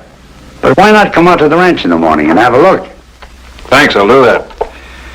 Did I hear mention of a little problem when I came in? Afraid you stirred up a hornet's nest, Vint, stumbling onto the widow Guilford the way you did. I hope I wasn't the means of causing her any trouble. Nobody wants to cause her any trouble, Mr. Bonner. But if she's starting to get violent... More than likely I frightened her coming up on us suddenly like that. I've got some grazing land next to that ranch of hers. My boys have to work out there. I wouldn't want any of them getting shot. Sure you don't want me to run her out, Kennedy, so you can take over her ranch? It would fit in pretty well with that spread of yours. Oh, I don't deny that I could use it. In fact, I offered her $6,000 for it. A run-down place like that. If she wouldn't take that kind of money, she's got to be out of her head. Now take what she did to you. She didn't cause me any harm, Mr. Kennedy. Hannah Guilford may be hard to understand at times, but she's the widow of a mighty fine man. The general died defending his territory. If it hadn't have been for men like him, the Cheyennes would have burnt this town to the ground long ago. That may well be. But his widow's still a dangerous woman. I'll see you in the morning, Mr. Bonner. Right.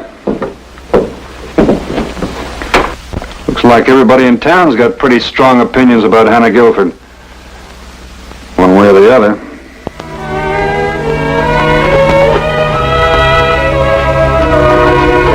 I didn't know exactly what I thought I could do. But before seeing Joe Kennedy in the morning, I wanted to have a talk with General Guilford's widow. I figured she'd heard me ride up. When I reached the porch, I heard something that made my flesh crawl. William, if you'll sit quietly, I'll read to you. I don't want to argue anymore. You must try to understand. I thought Mr. Bonner would be a welcome guest. I meant you no harm, Will. I'll read to you from the book of Proverbs. Who's there? Answer me. Who is it? I'm sorry. Oh, Mr. Bonner. What are you doing here? I don't like people prying. I just came to pay you a little visit. I know how it is to be lonely. Well, that's very kind of you, but... May I come in? Very well, if you like.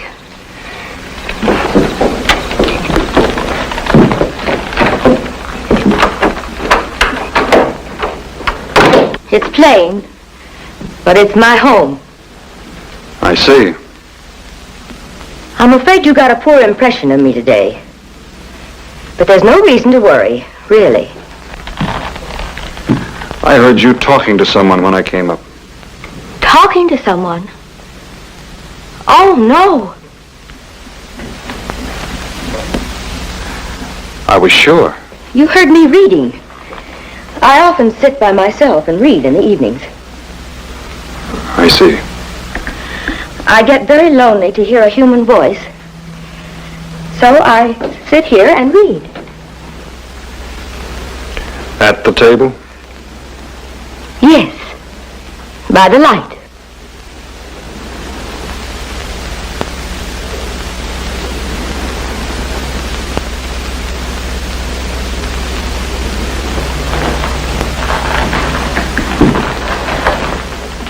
Don't you believe me? Yes, ma'am.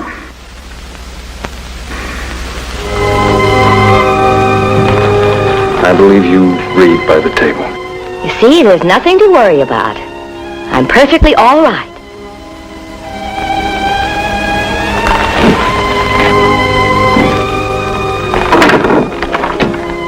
Good night, ma'am. Good night, Mr. Bonner. By 11 next morning, I'd pretty much finished my business with Kennedy. Like he said, his cattle weren't much to look at. And there weren't but a few I liked well enough to buy.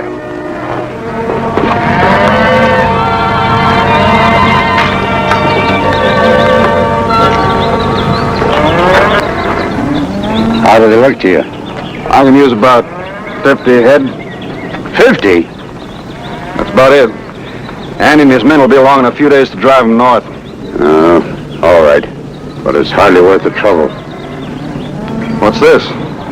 Looks a little like a posse. Maybe that's just what it is. Who are you after? General Guilford's widow. Don't you think that Now look, Bonner, this don't concern you. You don't have to work out there. My men do. You can forget about it when she threatened you with a gun. We don't intend to. I was out there last night. She seemed fine. We've had 5 years of it. Time we put a stop to it. Don't you think that's a job for the sheriff? Bert Jessup won't raise a finger. It's up to us. And Hannah Guilford. We're not going to hurt her. All we intend to do is to send her somewhere where she'll be cared for and not bother anybody. Where's that? The state home up at Capital City. And nobody's going to stop us.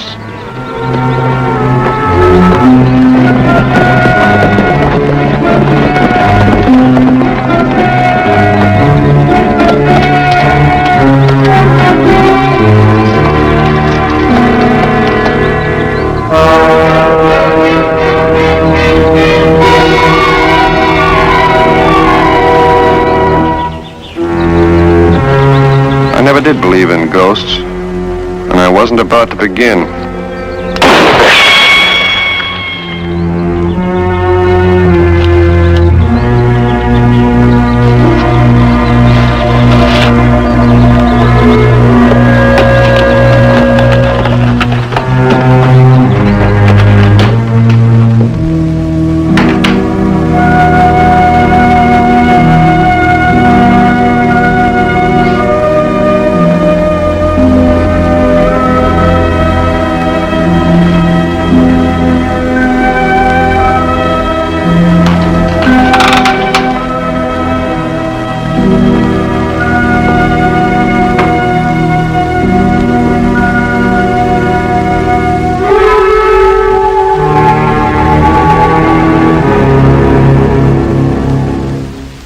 Please don't, General.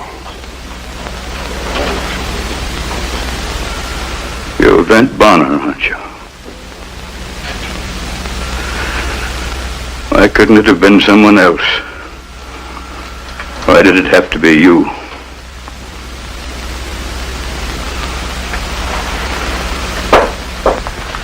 I don't know what you're trying to do, but I came here to warn your wife. Warn Hannah? Yes, there's trouble coming. I thought she ought to know. Well, there was no... Mr. Bonner, why can't you leave us alone? I don't mean to bother you, ma'am. It's all right, Hannah. It was bound to happen sooner or later. Well, it's for the best. Don't you see that? I don't know. What are you going to do with us? I want to help you. There's some men coming from town to Do what? Send you away. Seems you've got the whole town of Mitten thinking you're a dangerous and violent woman. Send me away? To the state home. I don't know what you and the general hope to accomplish by all this, but whatever it is, your time's running out. Well, you'll have to help me. Well, please, it's time to face the truth. Face the truth. How do you do that? How do you go for years hiding something inside yourself, and then one afternoon let it all come out into the sunlight? How do you do that?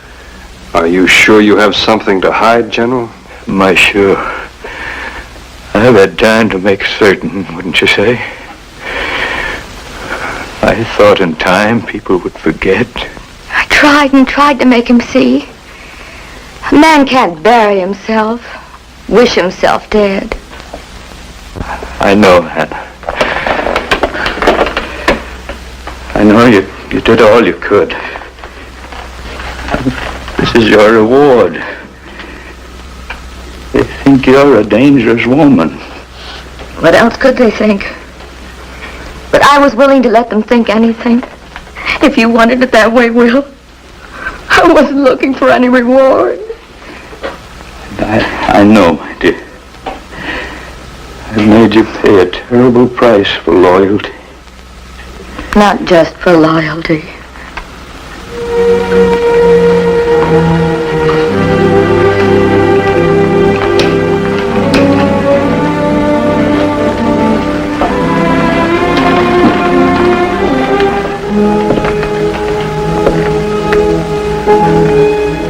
I know you wondered my reasons for all this. Yes, sir. I do. Did you ever do something that suddenly made you realize you weren't fit to live any longer? How would it sit with you to know that I was nowhere near Fort Clark when it was attacked? I'd been sick for weeks. The time came when I couldn't stand it any longer. The medical corpsman at the fort couldn't help me. I thought it would be safe to chance a trip to a doctor. Safe. Half the Cheyenne tribe just over the hills, and I thought it would be safe. But you didn't know. I should have known. I knew the Indians wanted that fort. A good commander would have known where and when they would attack. They saw me go. When I left the fort, there were 3 of them on a hill over the trail. Those 3 Indians were Cheyenne scouts. They saw the commanding general leave the fort. 3 hours later, they attacked. General, that's not the reason. When I learned, I went back and I saw every single man killed. Everyone burned, mutilated. William, please. And the finest part of my triumph, when I tried to report, they were saying I was a hero. I had made the great sacrifice. The gallant commander died at the head of his garrison. I couldn't face anyone after that. I came back here to die. I've been dead ever since.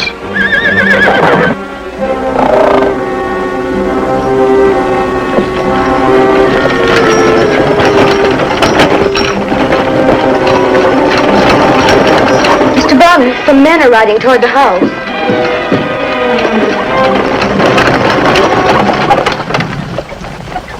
Mrs. Guilford! I'm afraid they mean business. I'll talk to them.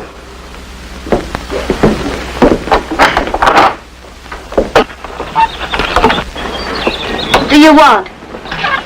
Thought we'd like to have a little talk with you, Hannah. What about? You know me, don't you? Joe Kennedy? Of course I know you. But I'm busy now. Hannah, we came all the way out here just to see you. You know we're only interested in your welfare. Well, that's very kind of you, but... I'm not going to hurt you. Not a bit. Now, Hannah, I want you to hear me out carefully. Now, all we're thinking about is what's best for you. You know that, don't you? Well, yes. Sure you do. The point is, Hannah, it's not good for you to live this way. I'm perfectly happy. But it isn't right. You've got to be where people can care for you, where you won't be alone. I'm not alone. Do you know what they're doing to your wife out there? Hannah's very loyal. She's Loyal? What kind of a price does she have to pay for her loyalty? You not only buried yourself, you buried your wife with you. Now you go out there to her.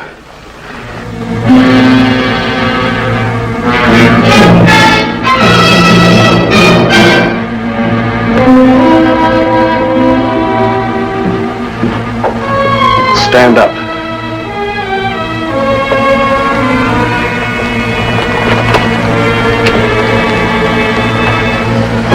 You know that's not true. That's what you've got to understand, Hannah. Let go. The general's not here. He was killed in that massacre. Let go my arm, Mr. Kennedy. Bob! Will! Honest, no use to Come fight. help me! We're going to take him. Will, come show him! Can't help you. He's dead. He's not dead. Let me go. Will! Will you Settle down, Hannah. help me? Will! William! William! Settle down, Hannah. Help me! Nobody's going to Will! Gentlemen.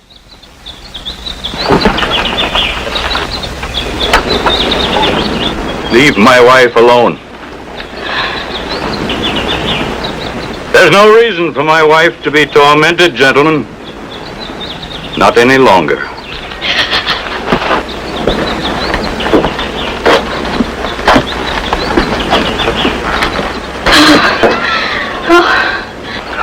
Put it away, Price.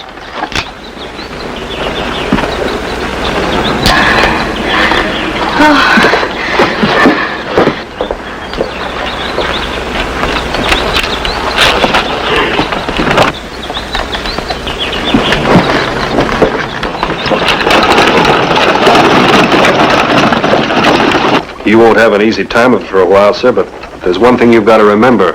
No one blames you. I know better, Bent. I'm telling you the truth.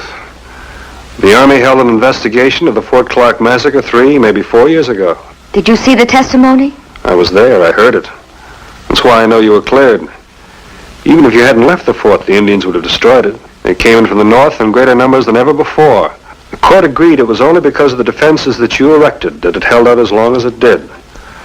Otherwise, the Indians would surely have gone on to burn Minton. You see, William, you did save the town. In the eyes of everyone concerned, you're a hero, alive or dead. Thank you, Mr. Bonner. I'll be going along. Can't you stay with us for a while? You'll have plenty of company. Both of you.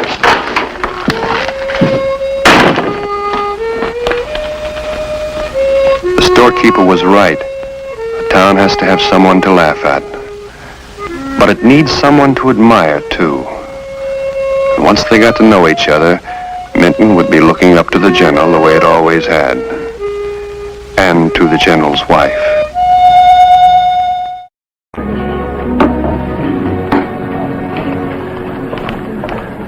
One.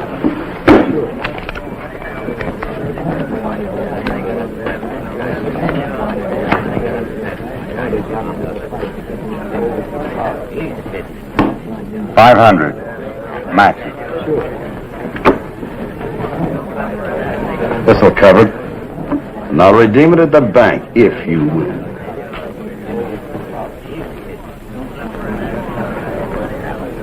You just made yourself a call, Mr. Jason. Beat it. That ain't possible. If you're looking for sympathy, you'll find it in the dictionary. Not this hand, Marlowe.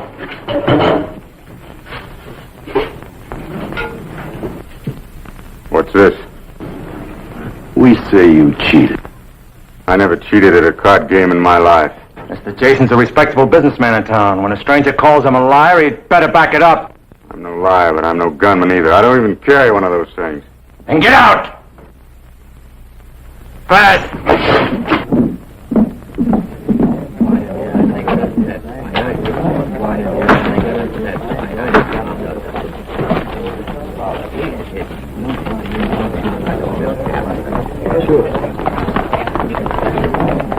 My diamond!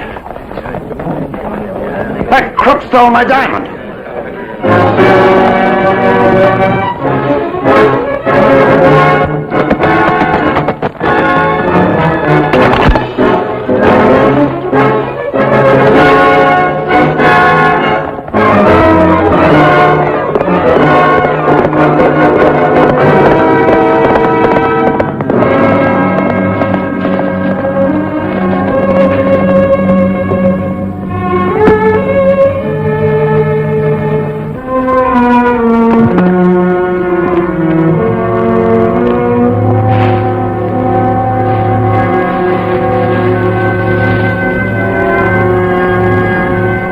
Afternoon. Afternoon. You look like a man with an appetite. Well, I ate yesterday morning, I remember. You welcome to some beans? Thank you.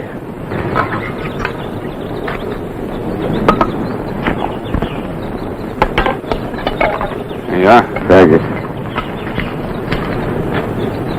Rough country to be traveling on foot. I ran into a poor sport back in Jackson Bend. He didn't care about me cleaning him in a poker game, so he had his gun in and run me out of town. Oh, that would be Cal Jason, that man of his, Goss. Yeah. You didn't have a chance from the start, even if you cheated. Good gambler doesn't have to cheat. I figured you for a gambler. One day it's chicken, the next day feathers. But if I had to go broke, at least it's within walking distance of Clover Fork. You wouldn't by any chance be acquainted in Clover Fork, would you, mister? Some?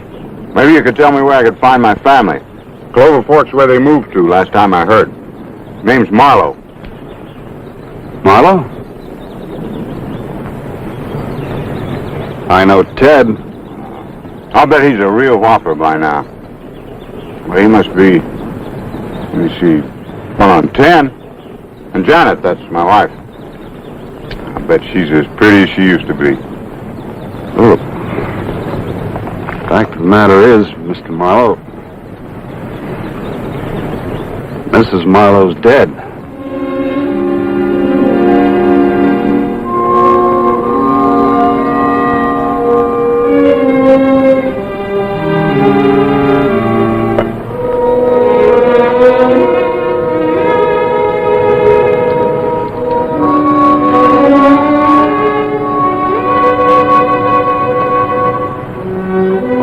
Now. Pneumonia. Janet's dead? I don't relish being the one to tell you. Somebody should have notified you. I suppose I tried. I haven't been an easy man to reach. I didn't give Janet much of a life. I tried to settle down. Some men just aren't meant to stay put. Maybe you wouldn't savvy that. I savvy. Who's taking care of the boy now? Amy. Janet's sister? That's right. How's she managing? Your wife built up quite a little dressmaking trade. Amy took over. The boy helps out, odd jobs after school. He's a nice boy. You'll be proud of him. Yeah. Yeah, sure.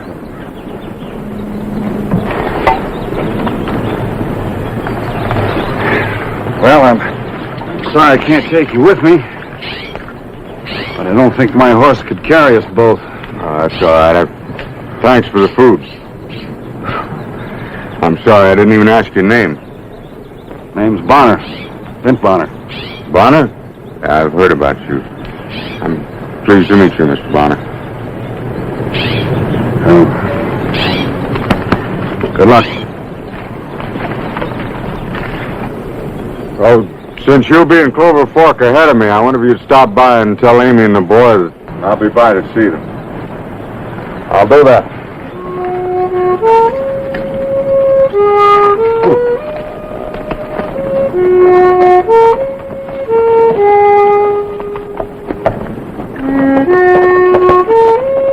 Howdy.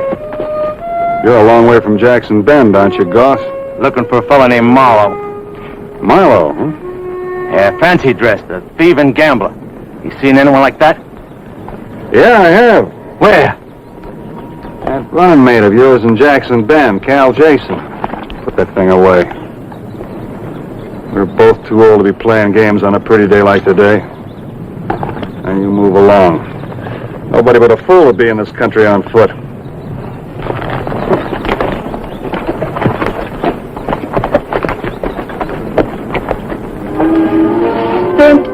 It just isn't fair. him to come here after 8 years. He is the boy's father. He was Janet's husband, too. But that didn't make any difference to him. He still has a right to see Ted. What'll it do to the boy? He thinks his father's dead. I know. When Janet was so sick, Ted wondered why his pa wasn't here to help her. What else could I tell him? I don't know. Mrs. Peters will be here most any minute for a dress fitting. Mr. Bonner! Ha! Whoa there, boy. I seen your horse car outside. Saw, Ted. I knew you were here after I'd seen it. And here's the black thread you asked me to bring on the way from school. Oh, Mr. Bonner, I can do that gun trick you showed me real good now. Good.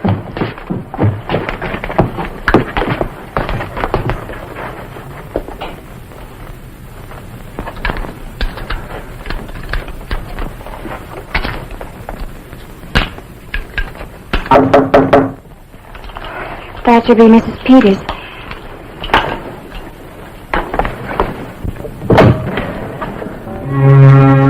Hello, Amy. Rafe. Aren't you going to ask me in? Or weren't you expecting me? She was expecting you, all right, but not so soon. Come in.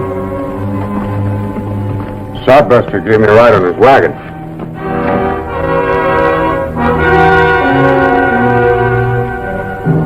Now, this is Ted. I'd know him anywhere. Come here, boy. Let me take a look at you.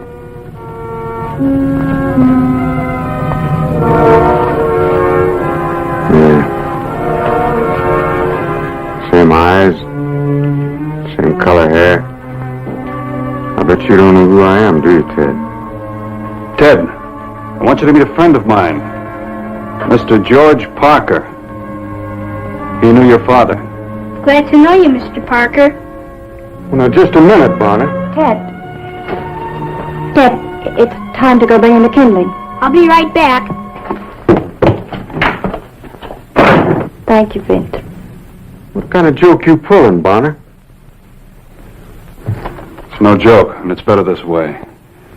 You be Mr. Parker. To him, you're dead. So that's it. Well, I'm coming back to life. Nobody's going to keep me away from my own son. Just how do you fit into this, mister? Because I asked him to, that's how. Go away, Rafe. Leave us alone. Amy, I know how you must feel, but... You don't know how I feel. You couldn't. It wasn't pneumonia that killed Janet. It was you. She was in love with you, Rafe Marlowe.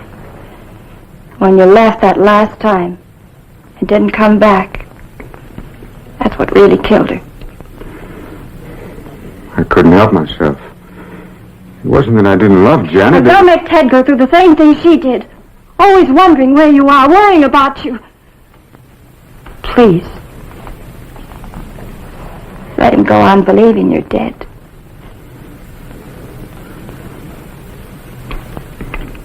I think we better get one thing straight. Ted's my son, and he's got a right to know it. And I'm going to tell him.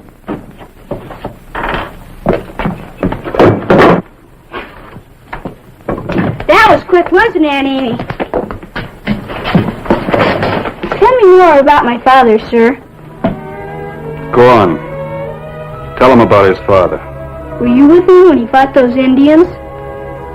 Indians? That's how he got killed, saving some settlers from the Apaches in Arizona. Aunt Amy says my father was just about the bravest man she ever seen or saw. I'll bet you can tell me some other things he did, Mr. Barker.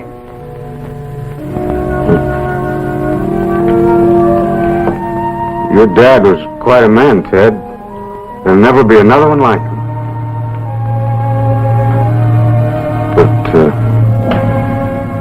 by the way, you got my name wrong. It's not Barker, it's Parker.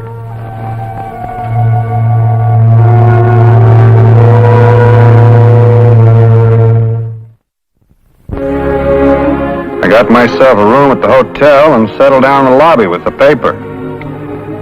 But my mind wasn't on it. The way everything was working out was so peaceful that it just seemed a little bit too peaceful.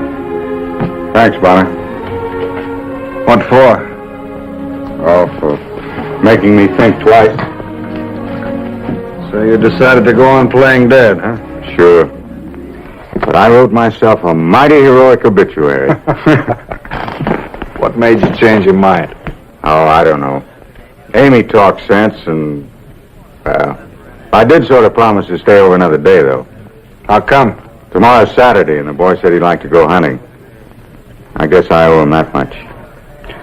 Seems reasonable. Only if I stay over, I'm going to need me a little stake. Now, I'm not asking for a loan. Not without security, anyway. I'll need about $25. This thing real? Well, if it isn't, I don't think that gunslinger of Jason's would have bothered to try to find me yesterday. He's over here today. Guess he wants this back. I want it fair, but that's another reason I've got to be on my way. Oh, about the money, I'll have it back tomorrow. How? I checked a poker game in there. They know as much about cards as a blind Indian. Ted sure has his heart set on going hunting. Well, like I said, it seems reasonable. And you keep this. No, business is business. I'd rather you keep it anyway in case I get reckless. But I have a feeling this is my lucky night.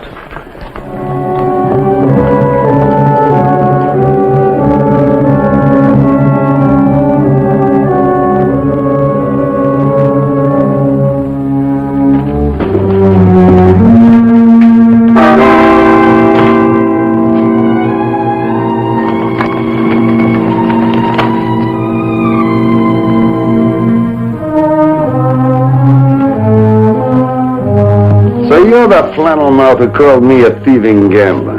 Must have been pretty deep for you to come all this way and tell me about it. Where's your friend Marlowe? He's got a $2,000 diamond of mine, and I intend to get it back. Must be the fellow you were talking about.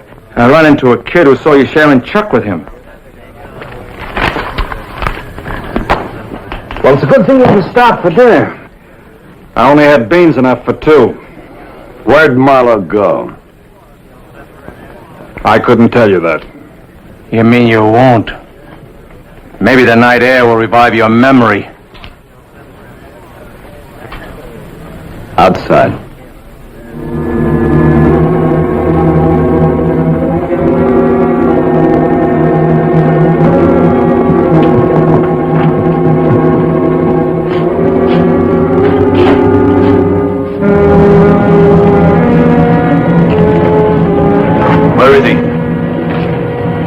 Told you all I'm going to. Keep your hands down. Spill it, Cowboy.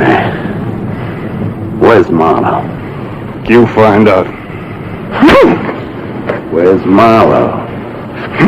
Where's Marlowe? Where is he? Stop!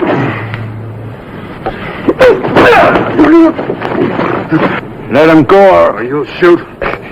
Go ahead, shoot. Now you do as I say, or I'll break this man's neck. First, drop that gun. Drop it! Drop it! Now go get your horses.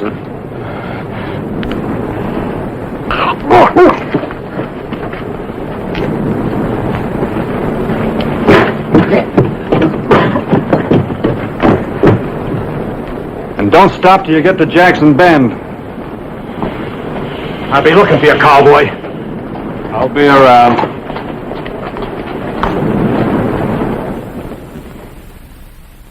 The money Marlowe had borrowed was waiting for me next morning, and I gathered he'd made a killing in the poker game. But Sunday things were still bothering me about Ted and his dad. I wondered if he had left town as he promised. Mr. Bonner! Whoa, boy. Don't you ever walk any place? I saw you right in, but I guess you didn't see me. I've been wanting to find you. What can I do for you? About Mr. Parker.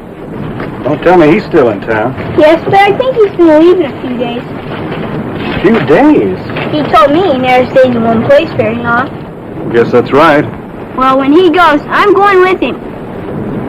What? I ain't ever had so much fun in my whole life. Yesterday we went hunting. This morning I played hooky from Sunday school to go fishing with him. Only don't you tell Aunt Amy.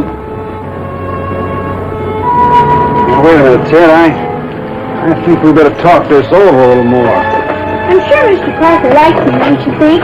And he says he doesn't have any family of his own. I bet he gets lonesome and would like having somebody with him. Well, when you're traveling, it's different. He's just got to take me along, or I'll run away and find him. Hold it.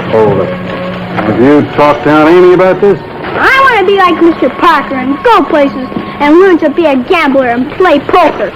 Now, learning to play poker ain't hard. It's learning to win that's the tough thing. Oh, Mr. Parker never loses. I watched through the window of the hotel last night, and there ain't nobody that can beat him. That's so. He's just about the nicest man I ever met. And he's a friend of my father's, too. Does Mr. Parker know about this? No, I'm scared to time. I'm scared he'll turn me down. Were you asking for me, Mr. Bonner? Don't you think you better talk to your Aunt Amy first? I know what she would say, and it wouldn't make any difference. I've already decided. All right, I'll tell Mr. Parker what you've decided. Meantime, you run along home. Tell your aunt I'll be over later. Okay. Settle down, get a job, make us a home. Then later on I could let him know I'm his old man. Yeah, you could do that. Yeah. Oh, what's the use of trying to fool myself? I couldn't do it for his mother. I couldn't do it for Ted either. I'd be rolling on inside of 6 weeks. He said he's going to follow you no matter what. He'll go back to Amy soon enough. You didn't. Well, he's not me. He's a lot like you. He thinks you're the greatest fellow who ever lived. Outside his pop, that is. You're his idol. All right, I'll get out of town tonight. Kid's got the longest memories. Even after you had gone, he'd still want to be like you. Well, he can't. I want my son to do better than a gambling tramp like me. Nobody's got any use for broken glass. Same thing is true of broken idols.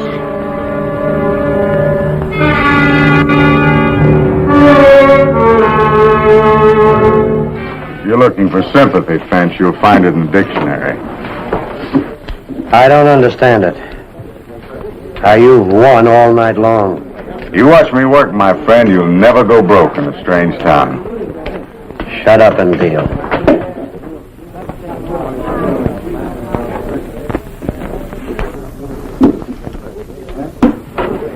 Ante up.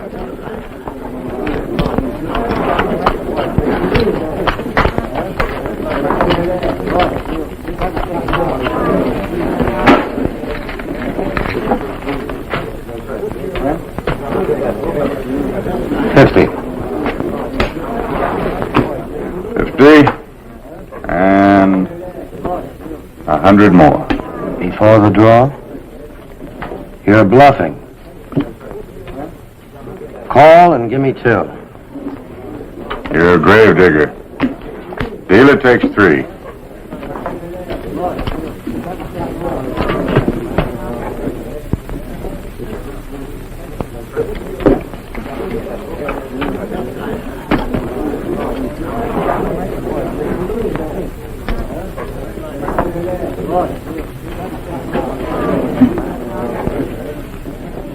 $200.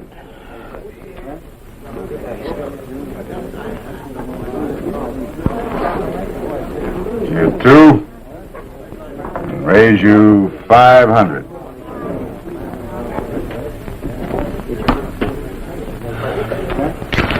All right, Parker. What have you got? Looks to me like about 2 pair. Well, that just don't happen to beat a full house. Might. Seeing as how it's 2 of the same pair. 4 jacks. Keep your hands off those chips. You're not going to cheat me out of this pot.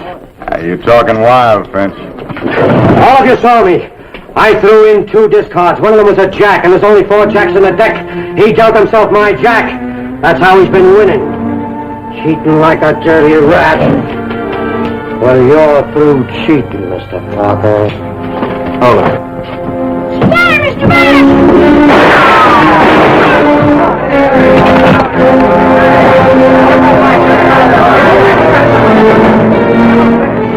Did the kid see it? Yeah, he saw. All right, you know what to do with this.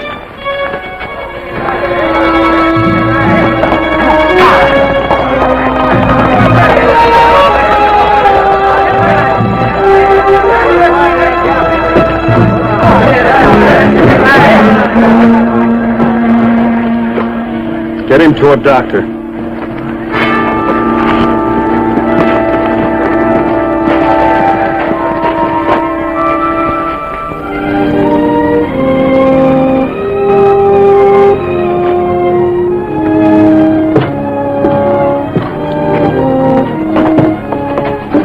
Ted. I haven't seen him.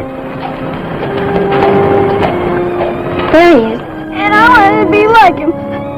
To go with him. A man who cheats at cards is more than a snake. I wish I never seen him. I don't think he's a friend of my pa's either. Pa wouldn't have nothing to do with a skunk like him.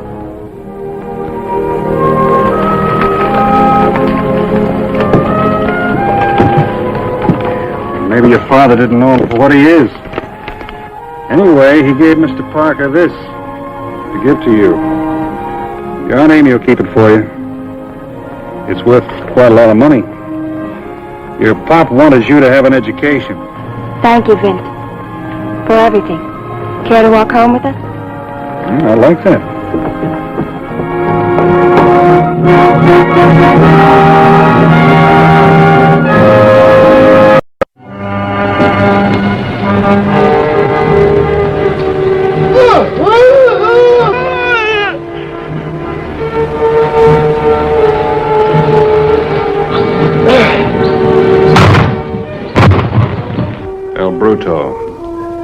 That's what they called him downriver in the Rio Grande Valley. We'd been tracking him since dawn, tracks as big as a grizzly's. But only now up close did I realize how much his name really fitted him. The Brute. He don't mean for us to take him without killing him. Just the way an animal figures. Yeah, I understand he broke Zach Waller's spine like it was a dry twig. I sure don't mean to get close enough to him for him to pile me up. Marshal, try talking to him once more. All right. Listen good, Bruto! You might be mute, but you ain't deaf. Now I'm taking you in one way or the other. Nice and peaceful, or good and dead.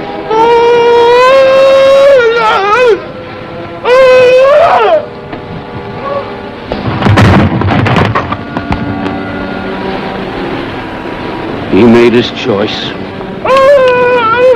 Don't kill him, Marshal. What else can I do? He was over there to the right. Keep your gun on him. See if you can hold his attention. What are you going to do?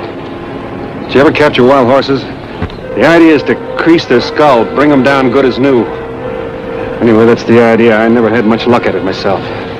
You use this? No, I'm more used to this one.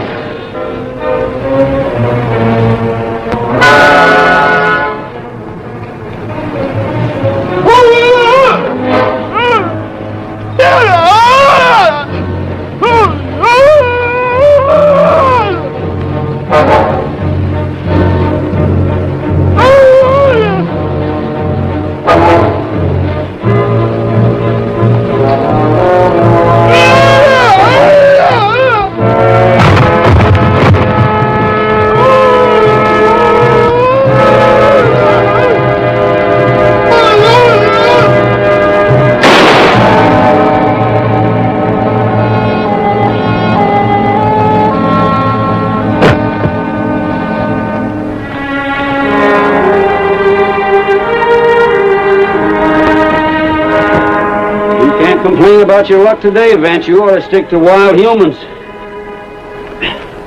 Maybe it wasn't luck.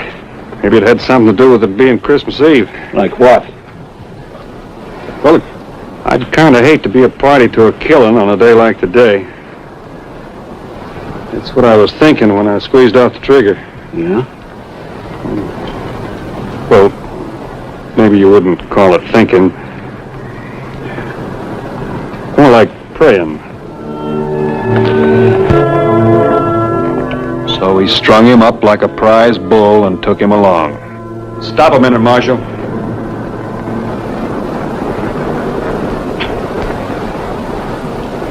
Here, hold this.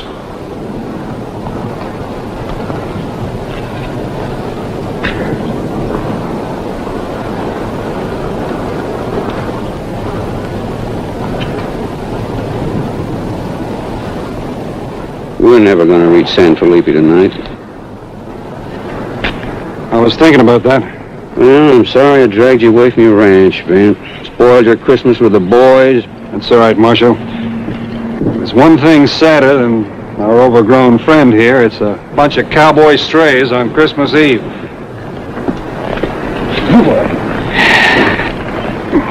Yeah, Mrs. had me all fixed up to play Santa Claus for the kids tonight.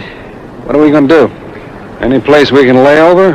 I don't relish camping out with him. Over there near Ocati Creek, there's a mission orphanage run by the Franciscans. Padre Basilico's a fine man.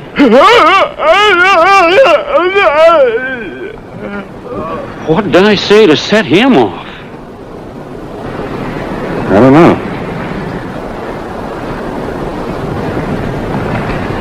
Let's go.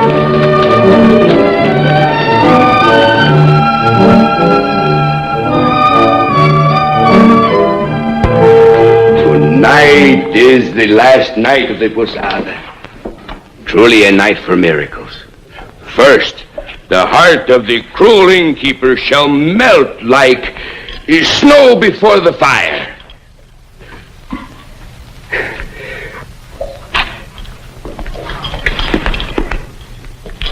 You are the Blessed Mother Mary, and you are Saint Joseph. Tonight you will find refuge and shelter. Then, miracle of miracles, a child shall be born. The infant Savior who will bring light and hope to a dark world. And so, my niños, that is why tonight must be full of happiness and joy.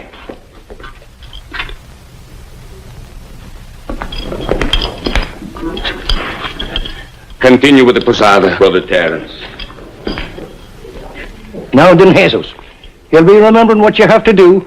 Si, Padre. Irena? Si. And I'll be taking me leave to the barn. Oh, wretched me. Oh, blessed St. Brigid and St. Patrick, look down upon a poor Irishman in a strange land with strange ways, and be remembering I'm only playing a part. The foul, heartless innkeeper.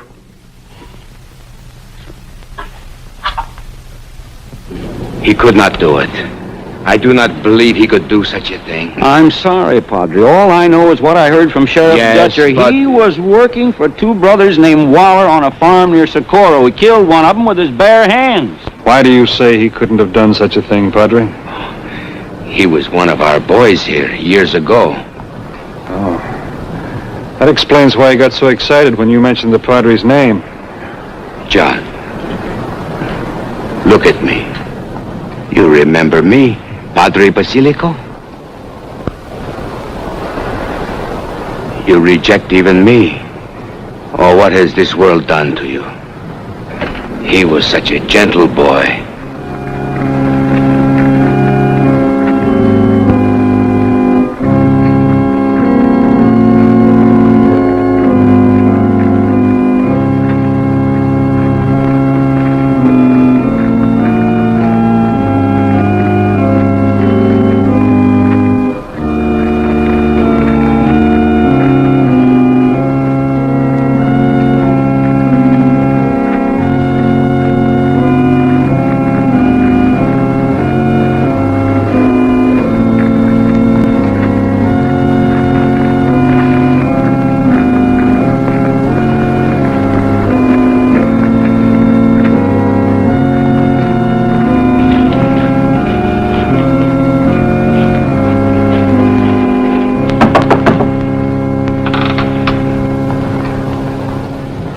I beg of you, with all your charity, to give shelter to this lady. My house awaits only him who has money, and heaven help him who has none. I am the Queen of Heaven. Sure, that's what I've been waiting to hear, me darlings. Come in, welcome everybody. Merry Christmas. Feliz Navidad. There's plenty of room in the inn. Come on in now. Come in, darlings. Come in, little one. There you go. Come on in now. There's the goodbye. Come in, sister. All right, Padre, we've got to bed this big fella down for the night. You got a place that'll hold him? See, this part of the barn was once used by the Army of Mexico as a prison. All right, Berto. John, get going.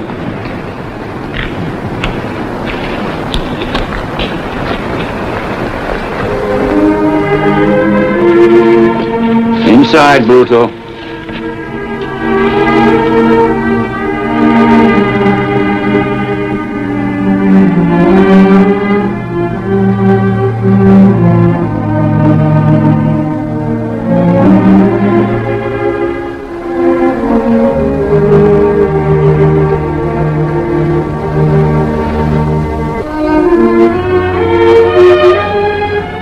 Inside. Juan. Por favor.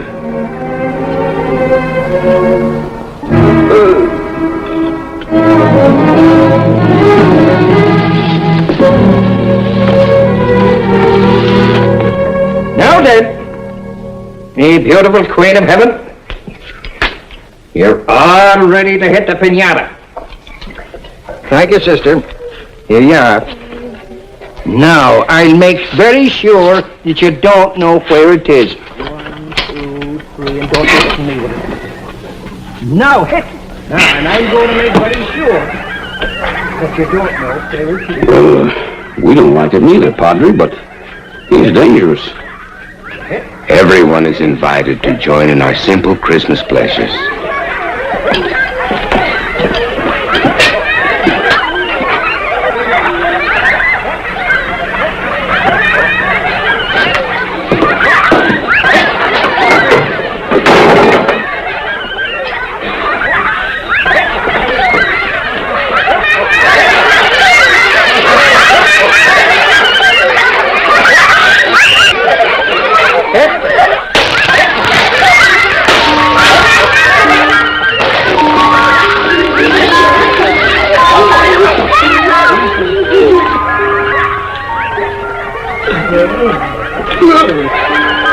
That human ox has gotten under my skin.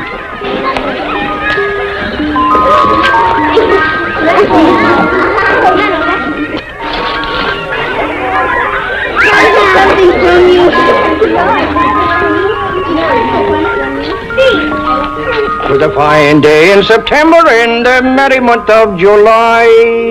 The morning it was raining and the afternoon was dry. When I met a fair damosel sitting under the gnarled oak tree, and the word I said to her, and she said the same to me. You must be very hungry.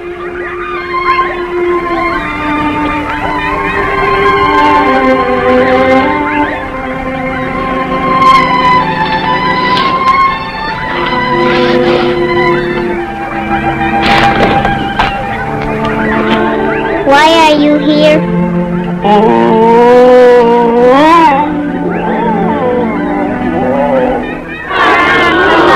All right, now, if you insist. I just happen to have a touching little ballad from my native land about St. Joseph himself.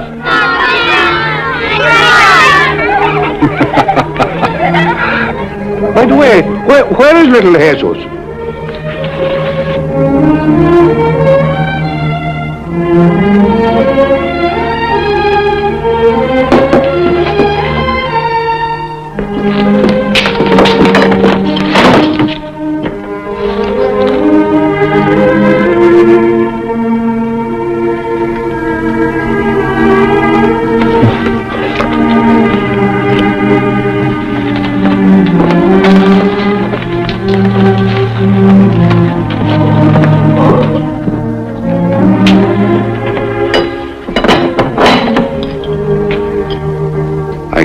explain it, my son.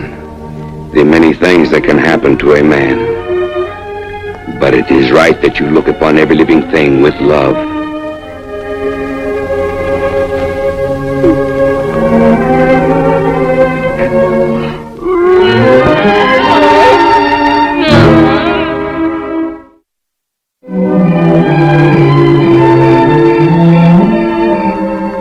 John was given to a family of settlers on their way to California for adoption. How did these men get him? Did they know how to treat a boy who could not speak? Who was full of fear because of the shame of it? Can you answer me these things, Marshal? Sorry, Padre. All this star means to me is doing my duty, like I was told to do it. Yes. Yes, I suppose that is so. Buenas noches. Good night, Padre. I don't know about you, but I'm raw frazzled. I'm gonna get some sleep. Merry Christmas. Merry Christmas. I feel like the devil.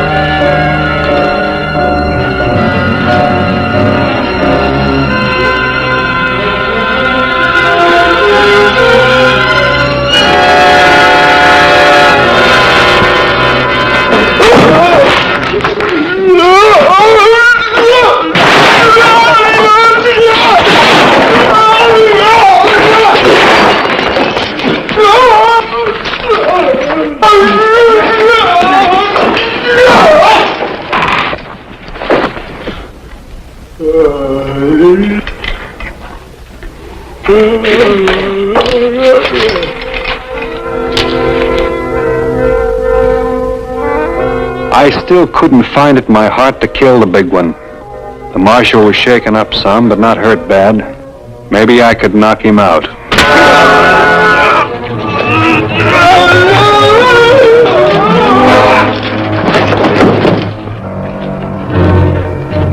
Hold it, Bruto.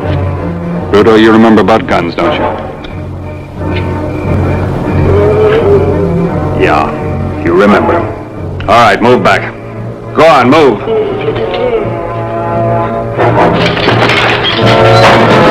Give us that door.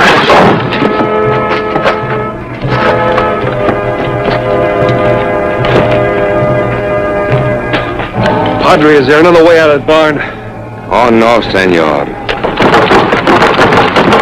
Oh, just found out. An old story for him. Trapped again. Padre, you better get the children back inside. Oh, yes. Brother Terence, take the children back inside.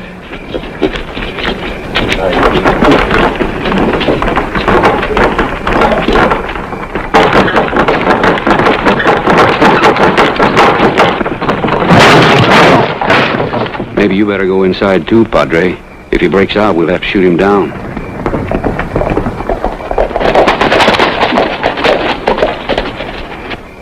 That you, Dutcher? Sure is, Walt. Well, I finally caught up with you. Well, you've got the brute in there, ain't you? Why ain't he dead by now? You're the law. You know what he's done. You got something wrong, mister. This isn't a lynching party. I've heard those stories, how you and your brother mistreated those Mexicans that work on that farm of yours. There's talk that you bullwhipped that mute in there. Even yoked him to a plow. You don't know what you're saying. Zach and me tucked him in from a burnt wagon 10 years ago and give him a home. Well, we made him earn his board and keep. But we never hurt him none. Never whipped him like you say. And that's the Lord's truth.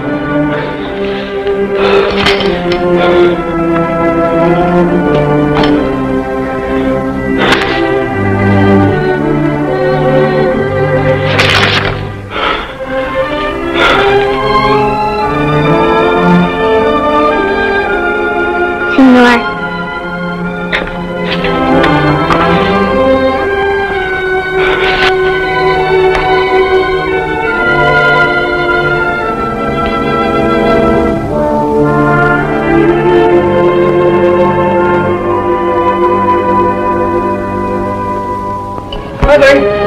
Padre! What is it, Brother Terence? Padre, have you seen little Jesus? I can't find him anywhere.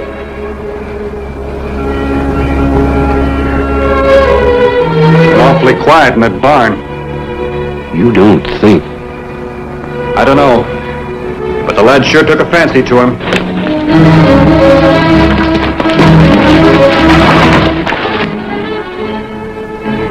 Be careful. He's got a gun. Looks like he's going to shoot the kid.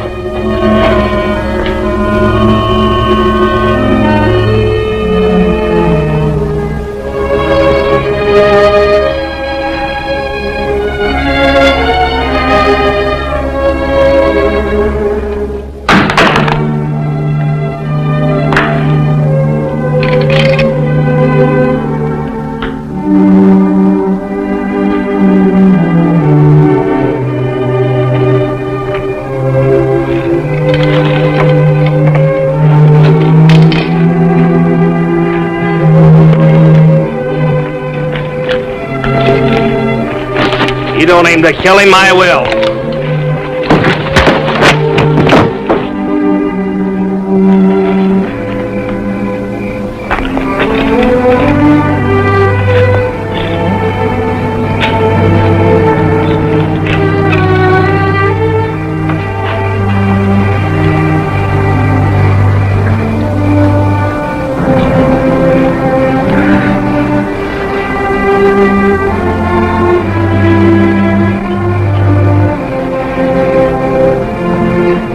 So you and your brother never whipped him. Look at his back.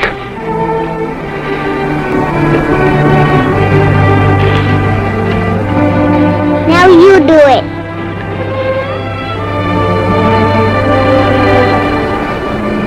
In nomine Padre, e Filio e Spiritus Sanctus.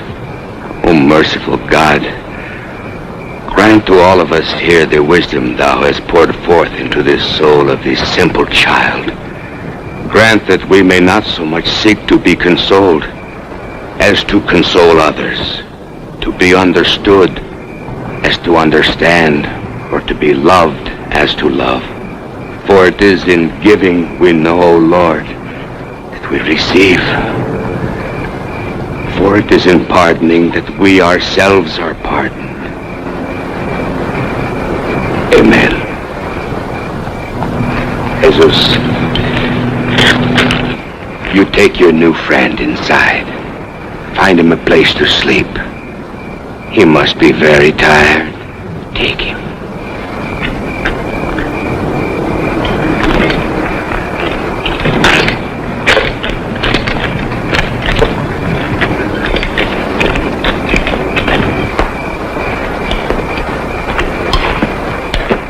Padre, you know I have to take him back. Oh, do not worry. I will be responsible for him. Marshal Jason and Senor Bonner will bring him to San Felipe. Sure, Padre. But you know that Bruto... John has to stand trial. But if I know my people, it'll be a clear verdict of self-defense. Come on, boys.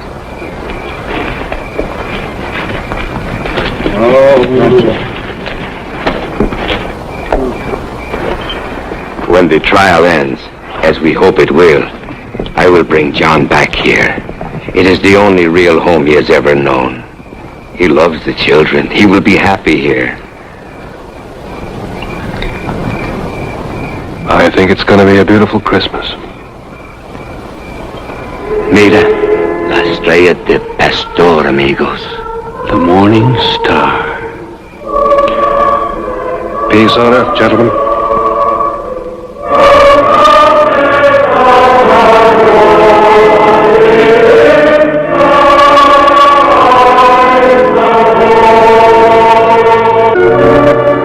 Salt Lick wasn't much different from any one of 100 small, dried-up cow towns in the West. It was just harder to get to. I'd push Scar all day through country that wasn't fit for prairie dogs. And thinking about that 50-mile ride back to Cooper City tomorrow didn't make either one of us feel any better. That you, McCall? No, McCall's sick. He sent me instead. Who are you? It's Bonner, Sheriff. Vint Bonner. Well, Vint, glad to see you. You know what kind of job this is, don't you? Yeah. I'm supposed to take a man back to Cooper City to be hung. That's partly right. But this ain't a man. He's a cold-blooded murderer. I've met that kind before. Not like this one, you ain't. Not like Ransom Khalil. He's the hardest, meanest, lowest form of humanity I ever come in contact with inside jail or out. Well, mean or not, I've still got to take him to Cooper City. I don't envy your job, Vint.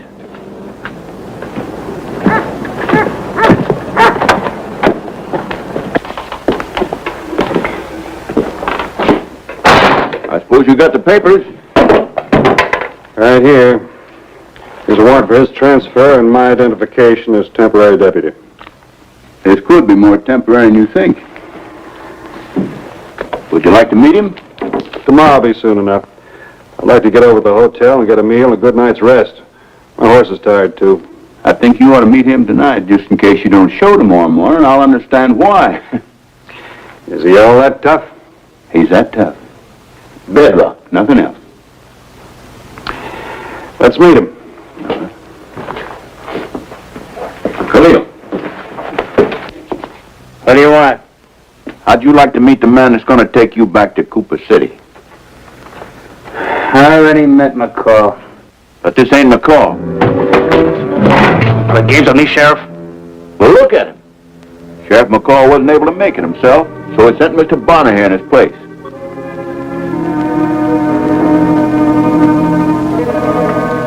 It's 50 miles to Cooper City, Mr. Bonner.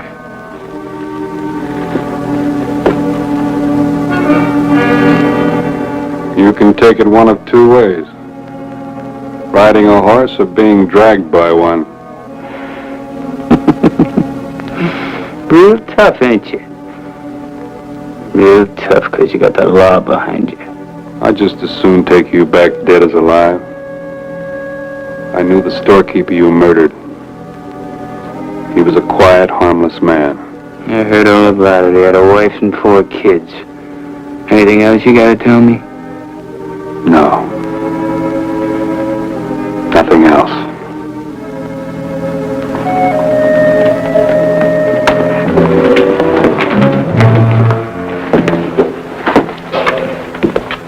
You see what I mean? I see what you mean. He's the kind that doesn't bend. That's Khalil. He'll never bend. He'll break. What? When the pressure gets too tight, he'll break. Not Khalil.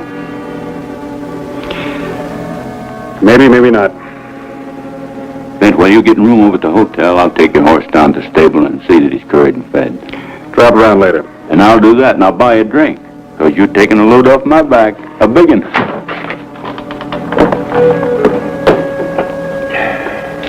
Well, you can't stand on one leg. Drink up, I'll buy another. That one's enough. It's a long ride tomorrow. I'll need all the rest I can get. Howdy, Sheriff. Hello. Is this the fellow who's taking ransom Khalil back at Cooper City? You see how that kind of news travels? What about it? Oh, nothing, Sheriff, nothing. Only I was just wondering where I could find Khalil's woman. Well, I guess she's around town, all right. Sheriff! Even if she is Khalil's gal, I'd give every ounce of dust I ever mined to have her look at me once. Just once. The way she looked at Khalil. Never could figure out what she seen in that cuss, that sour, but he just as soon kick a woman as kiss him. Well, I guess some heifers just ain't choosy about the pastures they roam, huh? Well, this one can roam my pasture any time of the day, Sheriff. Any season of the year. Valia's her name. The prettiest little trick you ever did see. Skin the color of ivory, and her hair was just as black as... Oh, Tyler, I think you better stick around civilization for a while. You're getting balmy wandering around the desert all the time. Balmy, you call it? I just wish I was 20 years younger. I show you, I'd go after that black-haired little gal, and I did. That's what I do.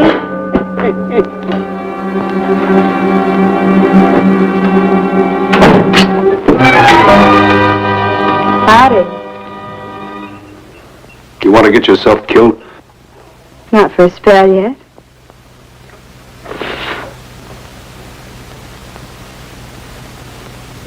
Oh, do you mind if I put my hands down, Sheriff?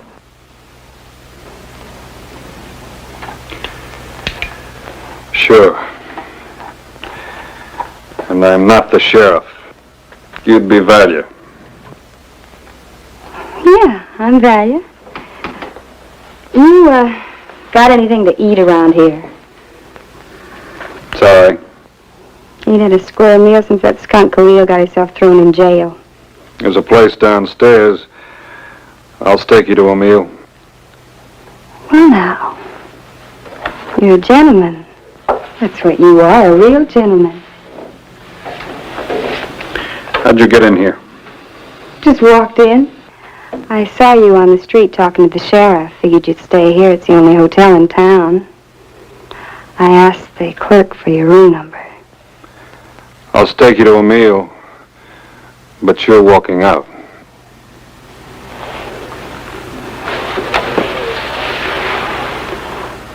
You mean you want me to go? That's the idea. I don't have any place to go. I can't go back to my folks where they'd tan my hide. I don't know where they are anyway. What about Khalil? I wouldn't ask him for anything. I wouldn't touch $1 million gold if that skunk had anything to do with him. I was told you were fond of him. I was. Oh, I'd be glad to see him swing. You know what he did? He's got some money hid. You think he'd tell me? No, sir. Said if he couldn't spend any of it, neither could I. He wouldn't care if I starved. What did you expect to find here? You. Just you. I know a lot about you, Mr. Bonner. I know you're tough, but you ain't mean. I know you're taking Khalil back to Cooper City where they're gonna hang him. And when they hang Khalil, there'll be nobody. I'll be all alone.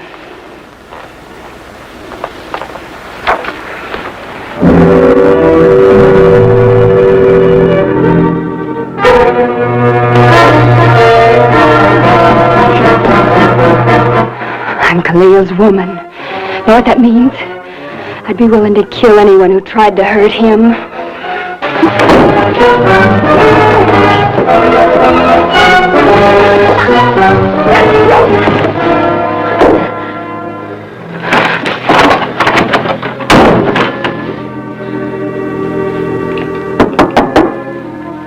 Come in. Say, Vet.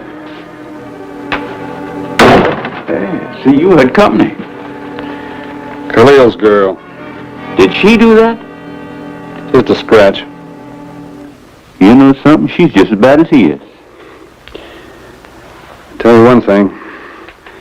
She loves him. Yeah? Well, that's no crime, is it, Sheriff?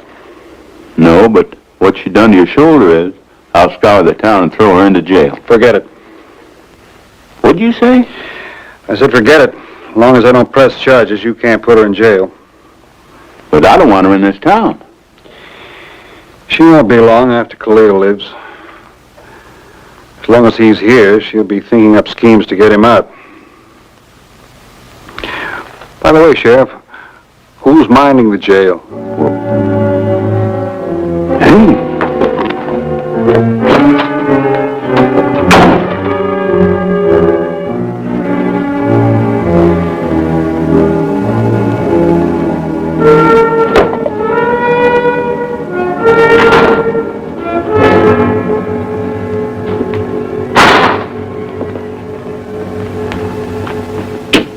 All right, Khalil, let's get going. Why? I ain't interested in rushing this thing. Come on, stalling ain't gonna get you nothing. Let's get moving. Suppose we give him a little time to finish his breakfast. I ain't asked anything from you, mister. You're not getting anything, except one more minute with that. And that could be the last breakfast you ever gonna eat. I'm through. Lots of things can happen in 50 miles.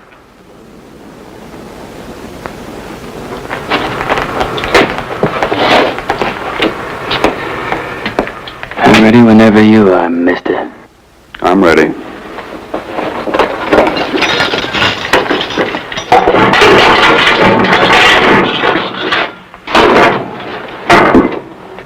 Well, I guess this girl's given up, Vint. But you keep an eye peeled just the same, and not alone for her. I understand a few renegade Apaches broke out the reservation and are prowling south. I heard that before I left Cooper City. Well, it's your show from here on out. Good luck to you, Vint. Thanks. So long, Sheriff. Move out.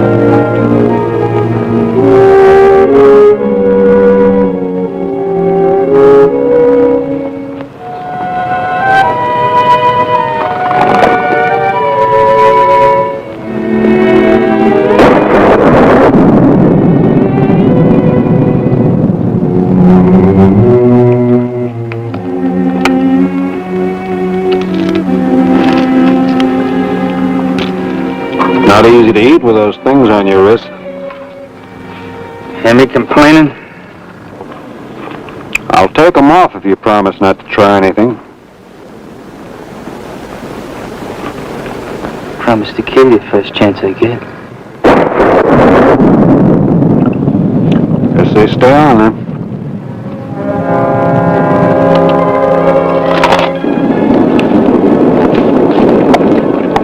Hold it.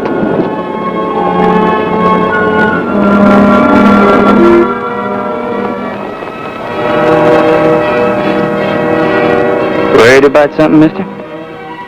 Not particular. I know different. I heard what Jernigan said back in Salt Lake. about those renegade Apaches being on a prowl. We'll rest the horses a while.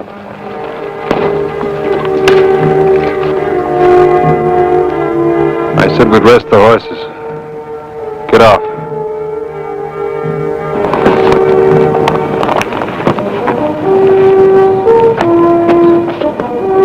Over there.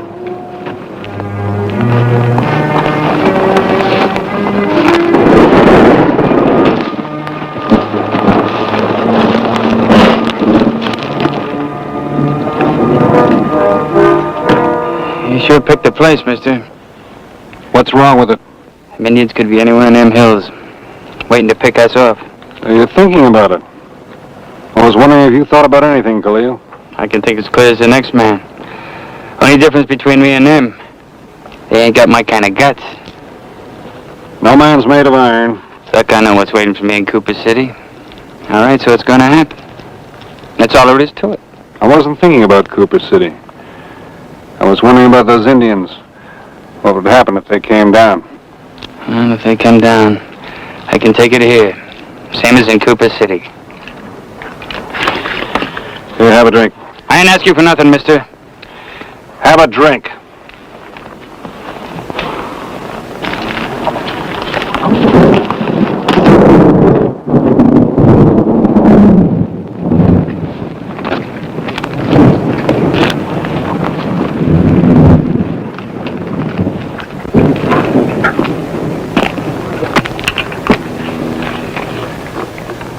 We're gonna be here a while. You're wondering about me, ain't you, mister? You're wondering that maybe down deep there might be some of me and you. And everybody. Scares you a little, don't it, mister? I wouldn't trade places with you. You'll get yours. You see, you and me are more alike than you care to admit. I just had the guts to stand up and take what I wanted. You'd do the same if you thought you could get away with it. No one ever bothered to tell you the difference between what's right and what's wrong. What's right and what's wrong? Now there's a laugh. I guess even that measly storekeeper was right according to the way you look at it. He was a family man. He wasn't doing anyone any harm. He was greedy. Like a weasel's greedy. Buying at one price, selling at another, hoarding his money. You're not even faintly sorry you killed him, are you? I'm just sorry I got caught. What about his wife and children? They're none of my outlook. Khalil, you deserve to be hanged. I ain't begged for nothing, have I?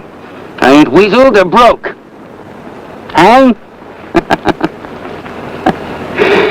Hang and be damned. Get on your horse. On your horse. You know, Khalil, you judge by a yardstick you don't use on yourself. Yeah? What's that supposed to mean? That girl of yours. Nice twist of female flesh, wouldn't you say? She risked her life for you last night. She'd done a better job with that knife. Maybe I'd be grateful.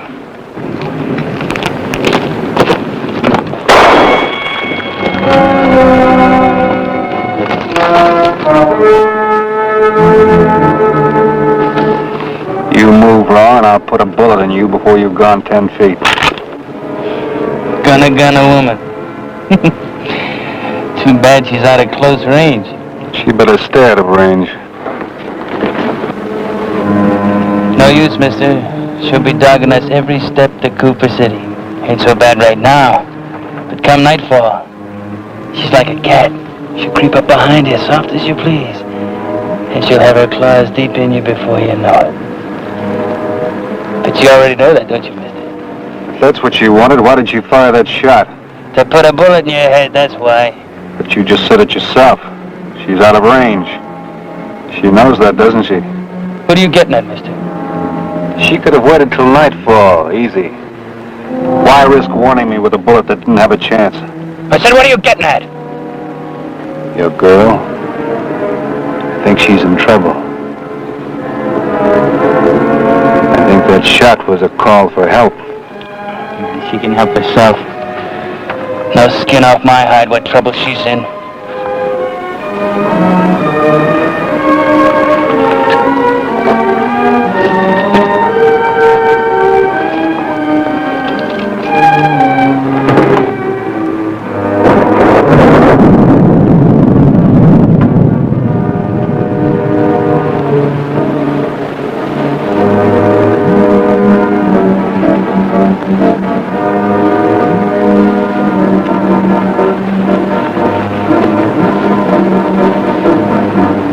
That's far enough.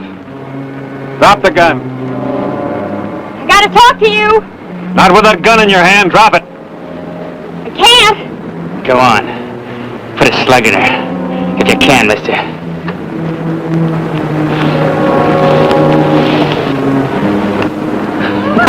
I swear. Afraid to shoot a woman. Go on, honey. Put one in his teeth. Show him you're my gal. Stop right there. I'll put a hole in your arm. That's better. Now drop the gun. I think I better hang on to it. Why do you think I came down off that rock?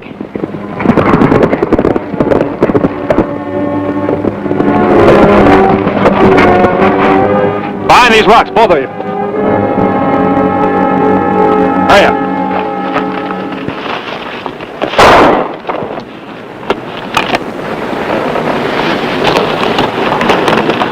How'd you get out here without a horse? I busted its heart, getting away from them.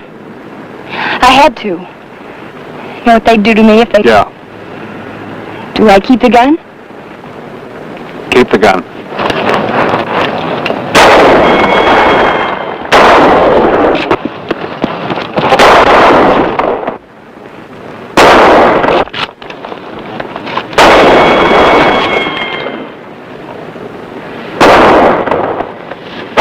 Khalil?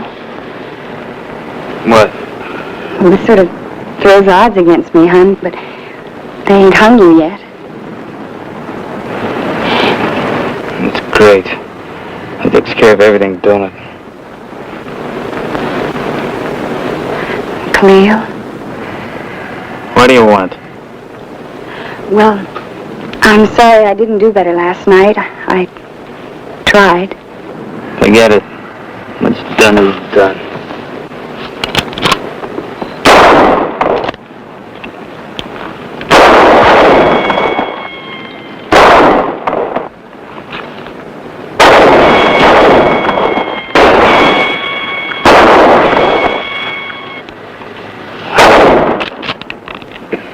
Don't pick the horses off easy. And then we're stuck. How well can you take starvation? They won't stay around long. They just broke out of the reservation. Their only chance is to make the border. We're only a temporary diversion. That may be true. Except for Valia here. He'll stick around a while for Valia.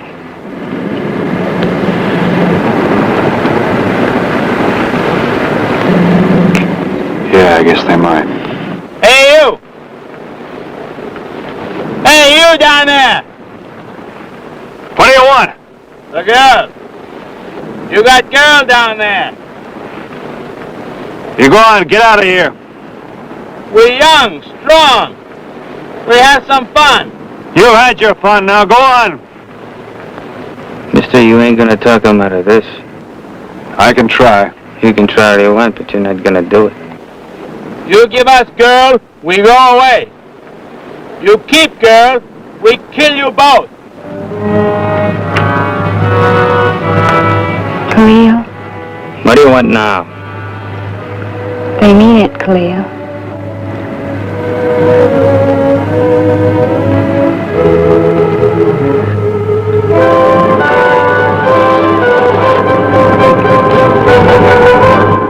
Valia! Valia! Valia, listen to me! Get back! Do as I say! Get back! Valia, no!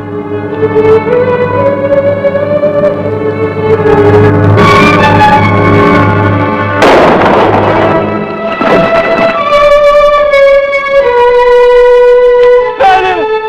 Valia!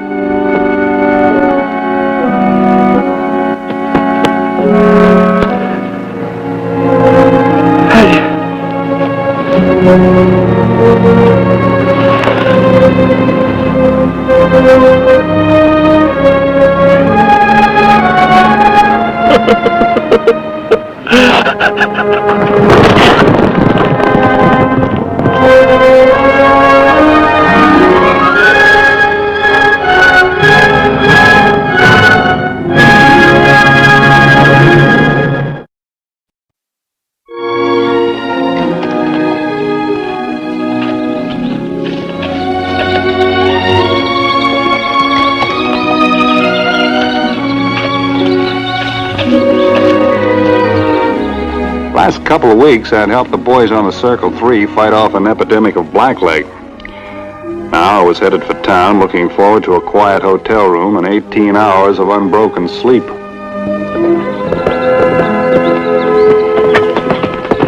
Hey, Vince. Howdy, Sheriff. I was just on my way out to Circle 3 to see you.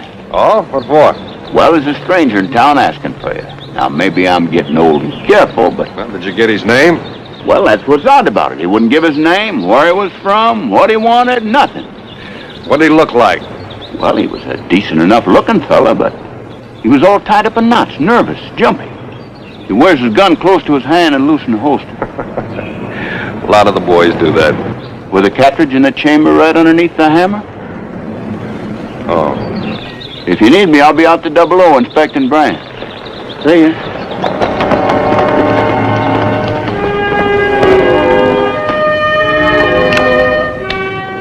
A pound of caution is worth an ounce of lead.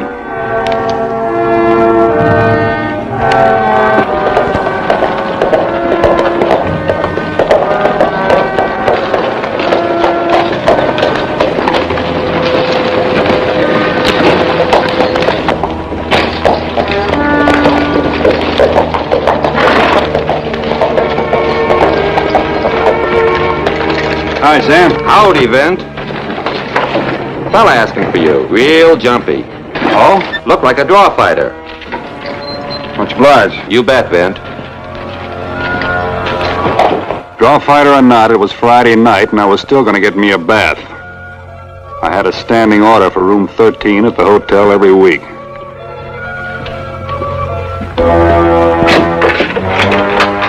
Bonner? Don't! What are you trying to do? I didn't mean any harm.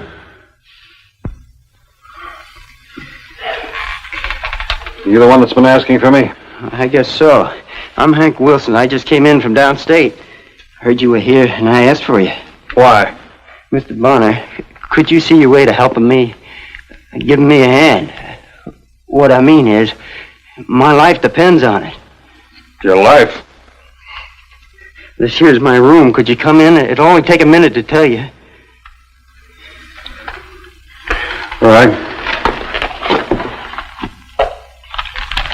Sheriff Jay from Copper Springs is an old friend of mine. That's why I wanted you to see his letter. Then it wouldn't be like a total stranger asking for help. In other words, what you want me to do is to teach you how to use a gun. How to use it better. And faster. Why? Because of a man named Kruger. Joe Kruger. Now, for almost a year, he's been hunting me. Trying to gun me down. What's he got against you? He isn't in his right mind. You see, I married the girl that he wanted. And then Alice died. It was having the baby that did it. Neither of them lived. I'm sorry. No, Kruger went wild. Said that I'd killed her. Said he's going to kill me if it was the last thing he ever did. Now, look, I've been running for a year. I got to face him. I can't just keep running for the rest of my life. Mr. Bonner, you got to help me now, please. I don't believe in using a gun unless you have to. And I'm not interested in teaching somebody how to kill. I don't want to kill anybody. I just want to be able to defend myself.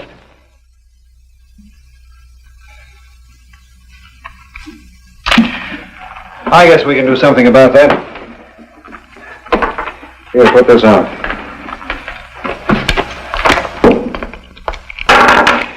Stand over the other side of the room.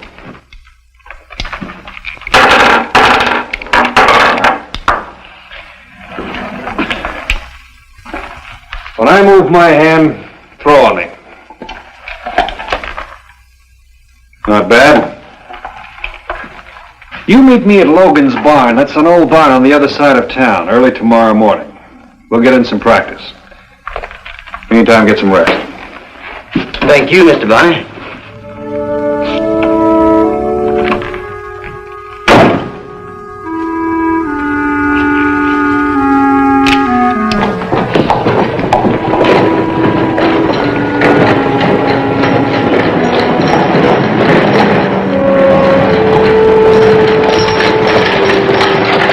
Howdy, Sheriff. Hey, man. Check those brands out the 00? I sure did. They weren't too bad. Needed a little unraveling is all. Did you find that man who was asking about you? He found me. I was just talking to him. No trouble, I hope. I hope not. You know anything about him? Only that he comes highly recommended by Sheriff Jay up at Copper Springs. Old Andy J? Yeah. Well, that ought to relieve the strain, Vint. With all these years, he can sure spot the difference between a straight brand and a cross. Yeah. But it's not often I promise to make a gun hand out of a man. A gun hand? Yeah. There's a fellow been gunning for him, a man named Kruger. I kind of like the kid. I told him I'd teach him how to protect himself. Is the kid running away from this Kruger? He was running. He's come to a dead end. He's tired of running. He wants to face up to it one way or another. All right with you? Well, there's nothing wrong in teaching a man to defend himself. Look, Ben, after all, if old Andy J says a man's all right, chances are he is. Yeah. It's his responsibility, though, putting a gun in a young fellow's hand. Anyway, I'm going to give him a few pointers out at Logan's barn tomorrow morning. That's in case you wonder what all the shooting's about. All right. So long as nobody gets killed.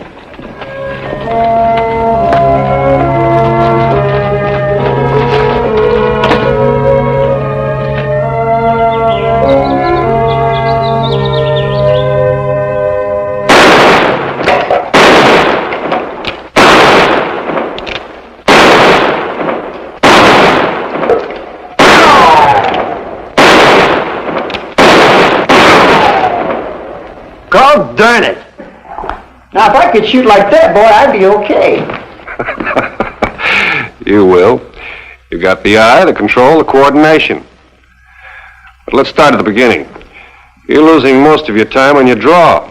Well, now, that's what I've been practicing now. Practicing the wrong way.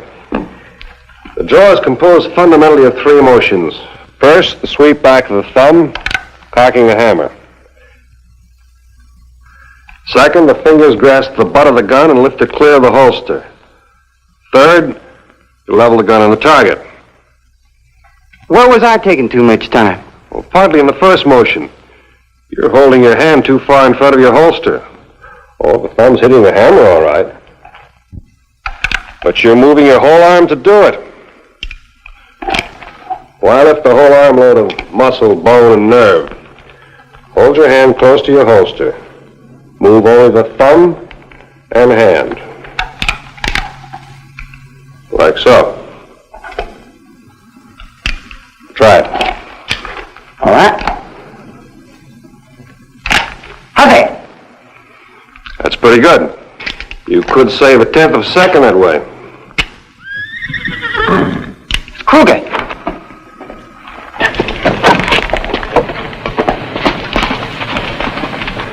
What made you think that was Kruger? I'm sorry. I got Kruger on the mind. He's a heavier fella, and he's got a red sunburned face. You can't miss it. He wears a sideburns, Spanish style. What's next? Well, it's back to the circle 3 for me. What you need now is practice, lots of it. 6, maybe 8 hours a day, till it's impossible for your thumb to miss that hammer. I'll make it 10 hours a day if I have to. After that, we'll see what else we can do. I'll see you next Friday. Goodbye, Mr. Barney.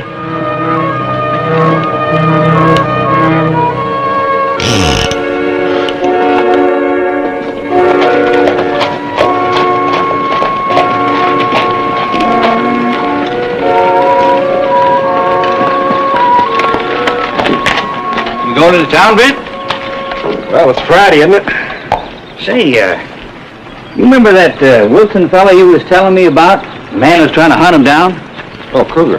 Ran into a fella over at Daggett's. Caught my ear when I heard him ask if anybody'd seen a fella named Wilson. What did he look like? Well, he had long, Spanish-like sideburns and... Is he still there? Well, he's looking for a job. They didn't have any open.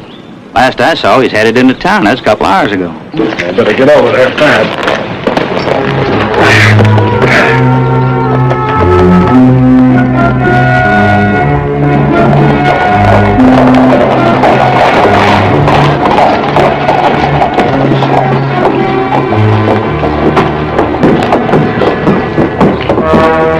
I knew I had to reach Wilson before Kruger did.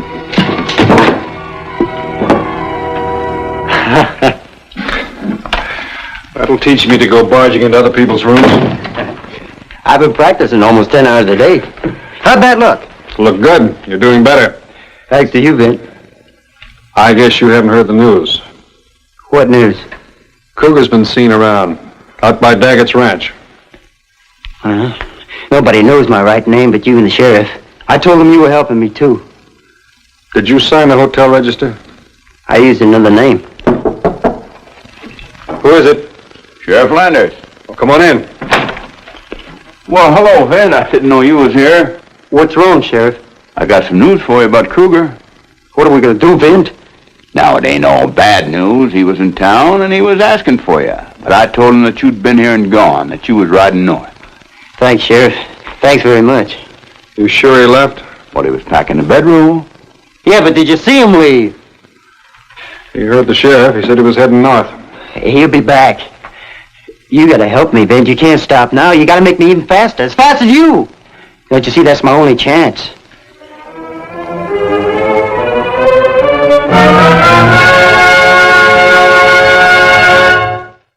Nothing was heard of Kruger for the next 2 weeks. During that time, Wilson must have used up 50 pounds of lead in every tin can and Twin Forks. But his practice had brought results.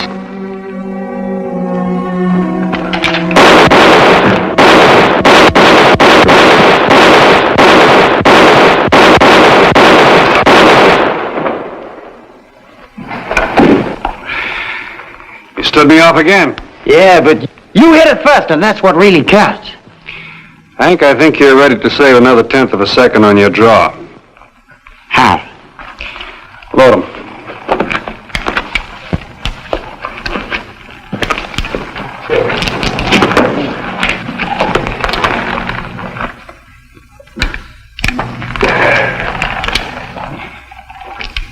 In genuine firing from the hip, the eye looks at the target and signals the muscles of the hand where to point the gun.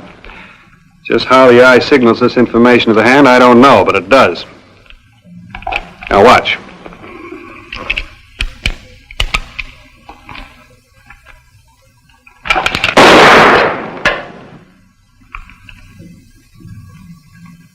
Well, how does that help? You're already doing it, but you're making one mistake. Point your gun. You're raising your gun too high. You're waiting till you can see it before you fire. You mean that takes more time? More time than if you fired from down here without having to see your gun. Now try it. All right? I did it! Sure. A little more practice and you'll be saving 2/10 of a second on your draw. Important time because it's on the shot that counts. The first one. Hey, Vint, aren't you going to stay and watch me for a while? No, I got a date with the sheriff. The sheriff? Say, has he found out anything? You're not hiding something from me, are you, Vint? No, boy. You just keep practicing. Goodbye, Vint.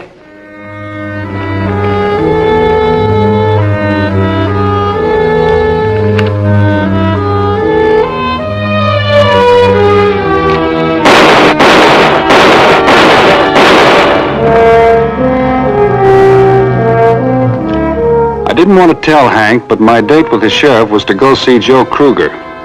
We'd heard that he was working at one of the line corrals about 5 miles north of town. Our idea was to tell him we knew about his intentions, and for him to get out of the county and stay out. Howdy. Man with the name of Kruger working here, ain't they? That's right. You got something against him? Just want to talk to him. Well, I'm Kruger. You the only Kruger around here? Yep. How about on the ranch? I'm the only one. Sorry. Wrong Kruger. Now, how about that? It's an honest mistake, Sheriff. Say, I wonder what young Hank Wilson was doing out this way. You saw him out this way? Well, my deputy did, just about an hour before we started. Said he was really pounding leather. Here all the time I'm thinking this kid's too scared ever to leave town. I thought the same thing.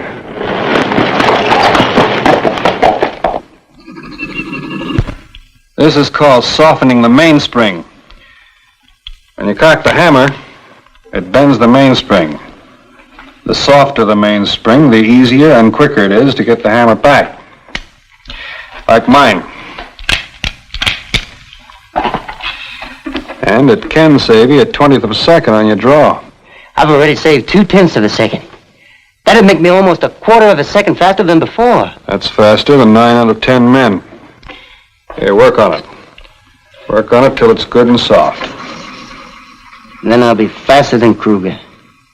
Well, let's say you'll be fast enough to protect yourself. Maybe even as fast as you. Maybe. Remember the other day you couldn't even hit the can over the line. That's right. Why, with this spring softened up, I'll bet I could take you.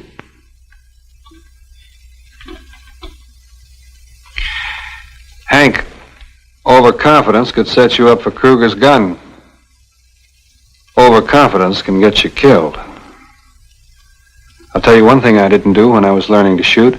I didn't spend my time riding around the countryside. Who's riding? The sheriff's deputy saw you north of town this afternoon. That's a lie.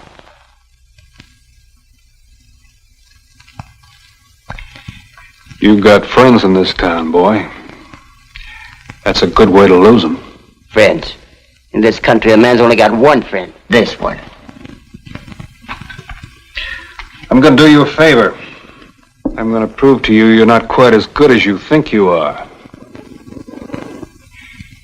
You meet me at the barn tomorrow morning. Bring some tin cans.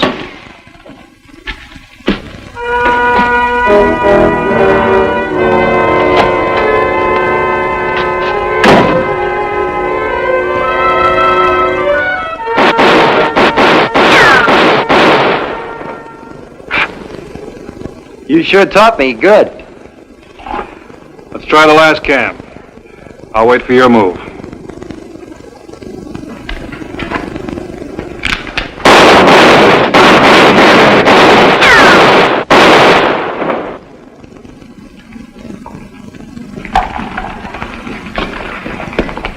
That's 3 out of 3 for you.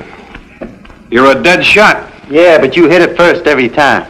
That's true, and it's the first shot that counts. I know why you're beating me to the first shot. We're firing down. Now, if we were firing level, it'll be different.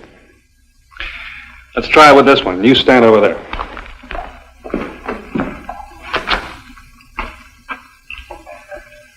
When I drop this can, you draw and hit as fast as you can. Anytime.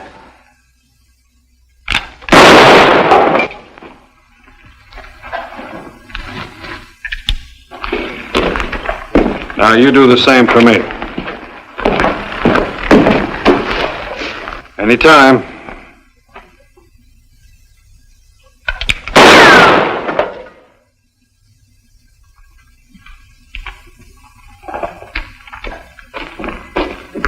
Well, I guess all I've been doing is shooting off my mouth. You're right. I'm not as fast as I thought I was. Maybe it's because I'm still afraid of him. Let's see if we can put some of that confidence back by eliminating the blink. The blink? Something I've noticed about you right from the start. Just before you get off your first shot, you blink. That's costing you the difference between hitting the can here or here. A difference you might need. Well, I could feel myself blink then. Well, that's what it is. Can I try it again, then? All right.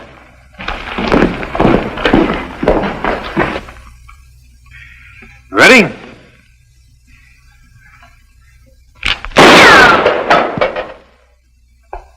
I didn't blink! Well, thanks, Vint. Vint, about the other afternoon. Yeah?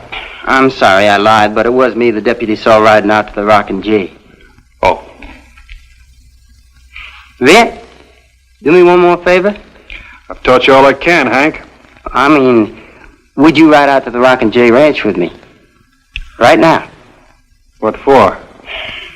It's just one last favor, Vint. Please. What were you doing over at the Rockin' J yesterday? I'll show you that when we get there. Come on! All right.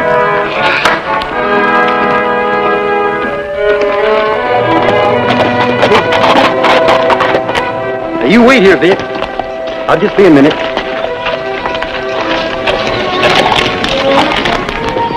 Now, don't you go away, Vint, because I got something to show you.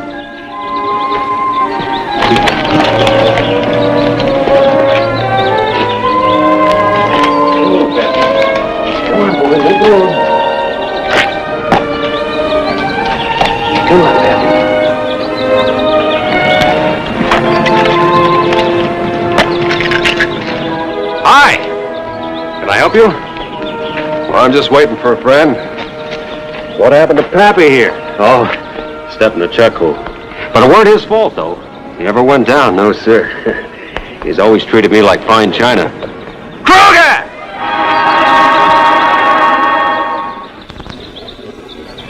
I'm ready for you, Kruger. Get along, Pappy. You might get hurt. Go on, kid! Kruger! How come you shaved off your sideburns? You think I wouldn't recognize you?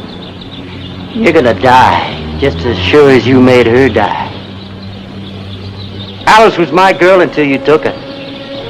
She would have married me if you hadn't stolen her. She married you. And you killed her. That's all. It was you, not Wilson. She was my wife. When she died, Wilson thought I killed her. I'm a-waiting. And he's been hunting you.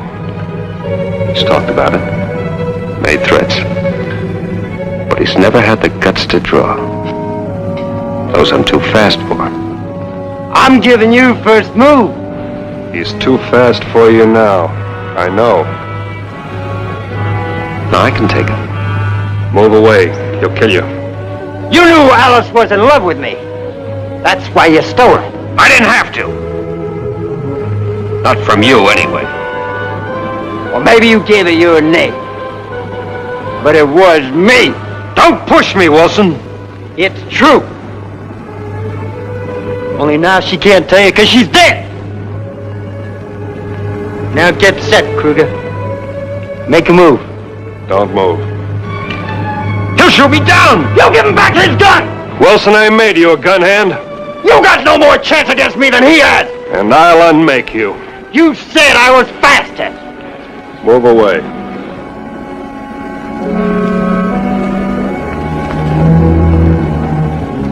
You're robbing me like he robbed me of her. Move away.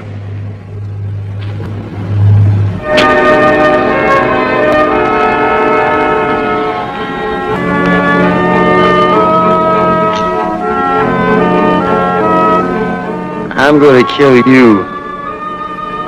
And then I'm going to kill him. That letter you showed me from Sheriff J at Copper Springs, where'd you get it? I forged that. I figured you would do almost anything for your dear friend Sheriff J. It looks like I'm going to have to do just one more thing.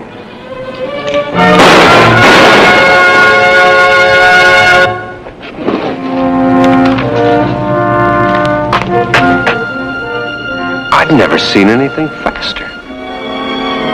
Except for the blink of an eye, the hand is quicker.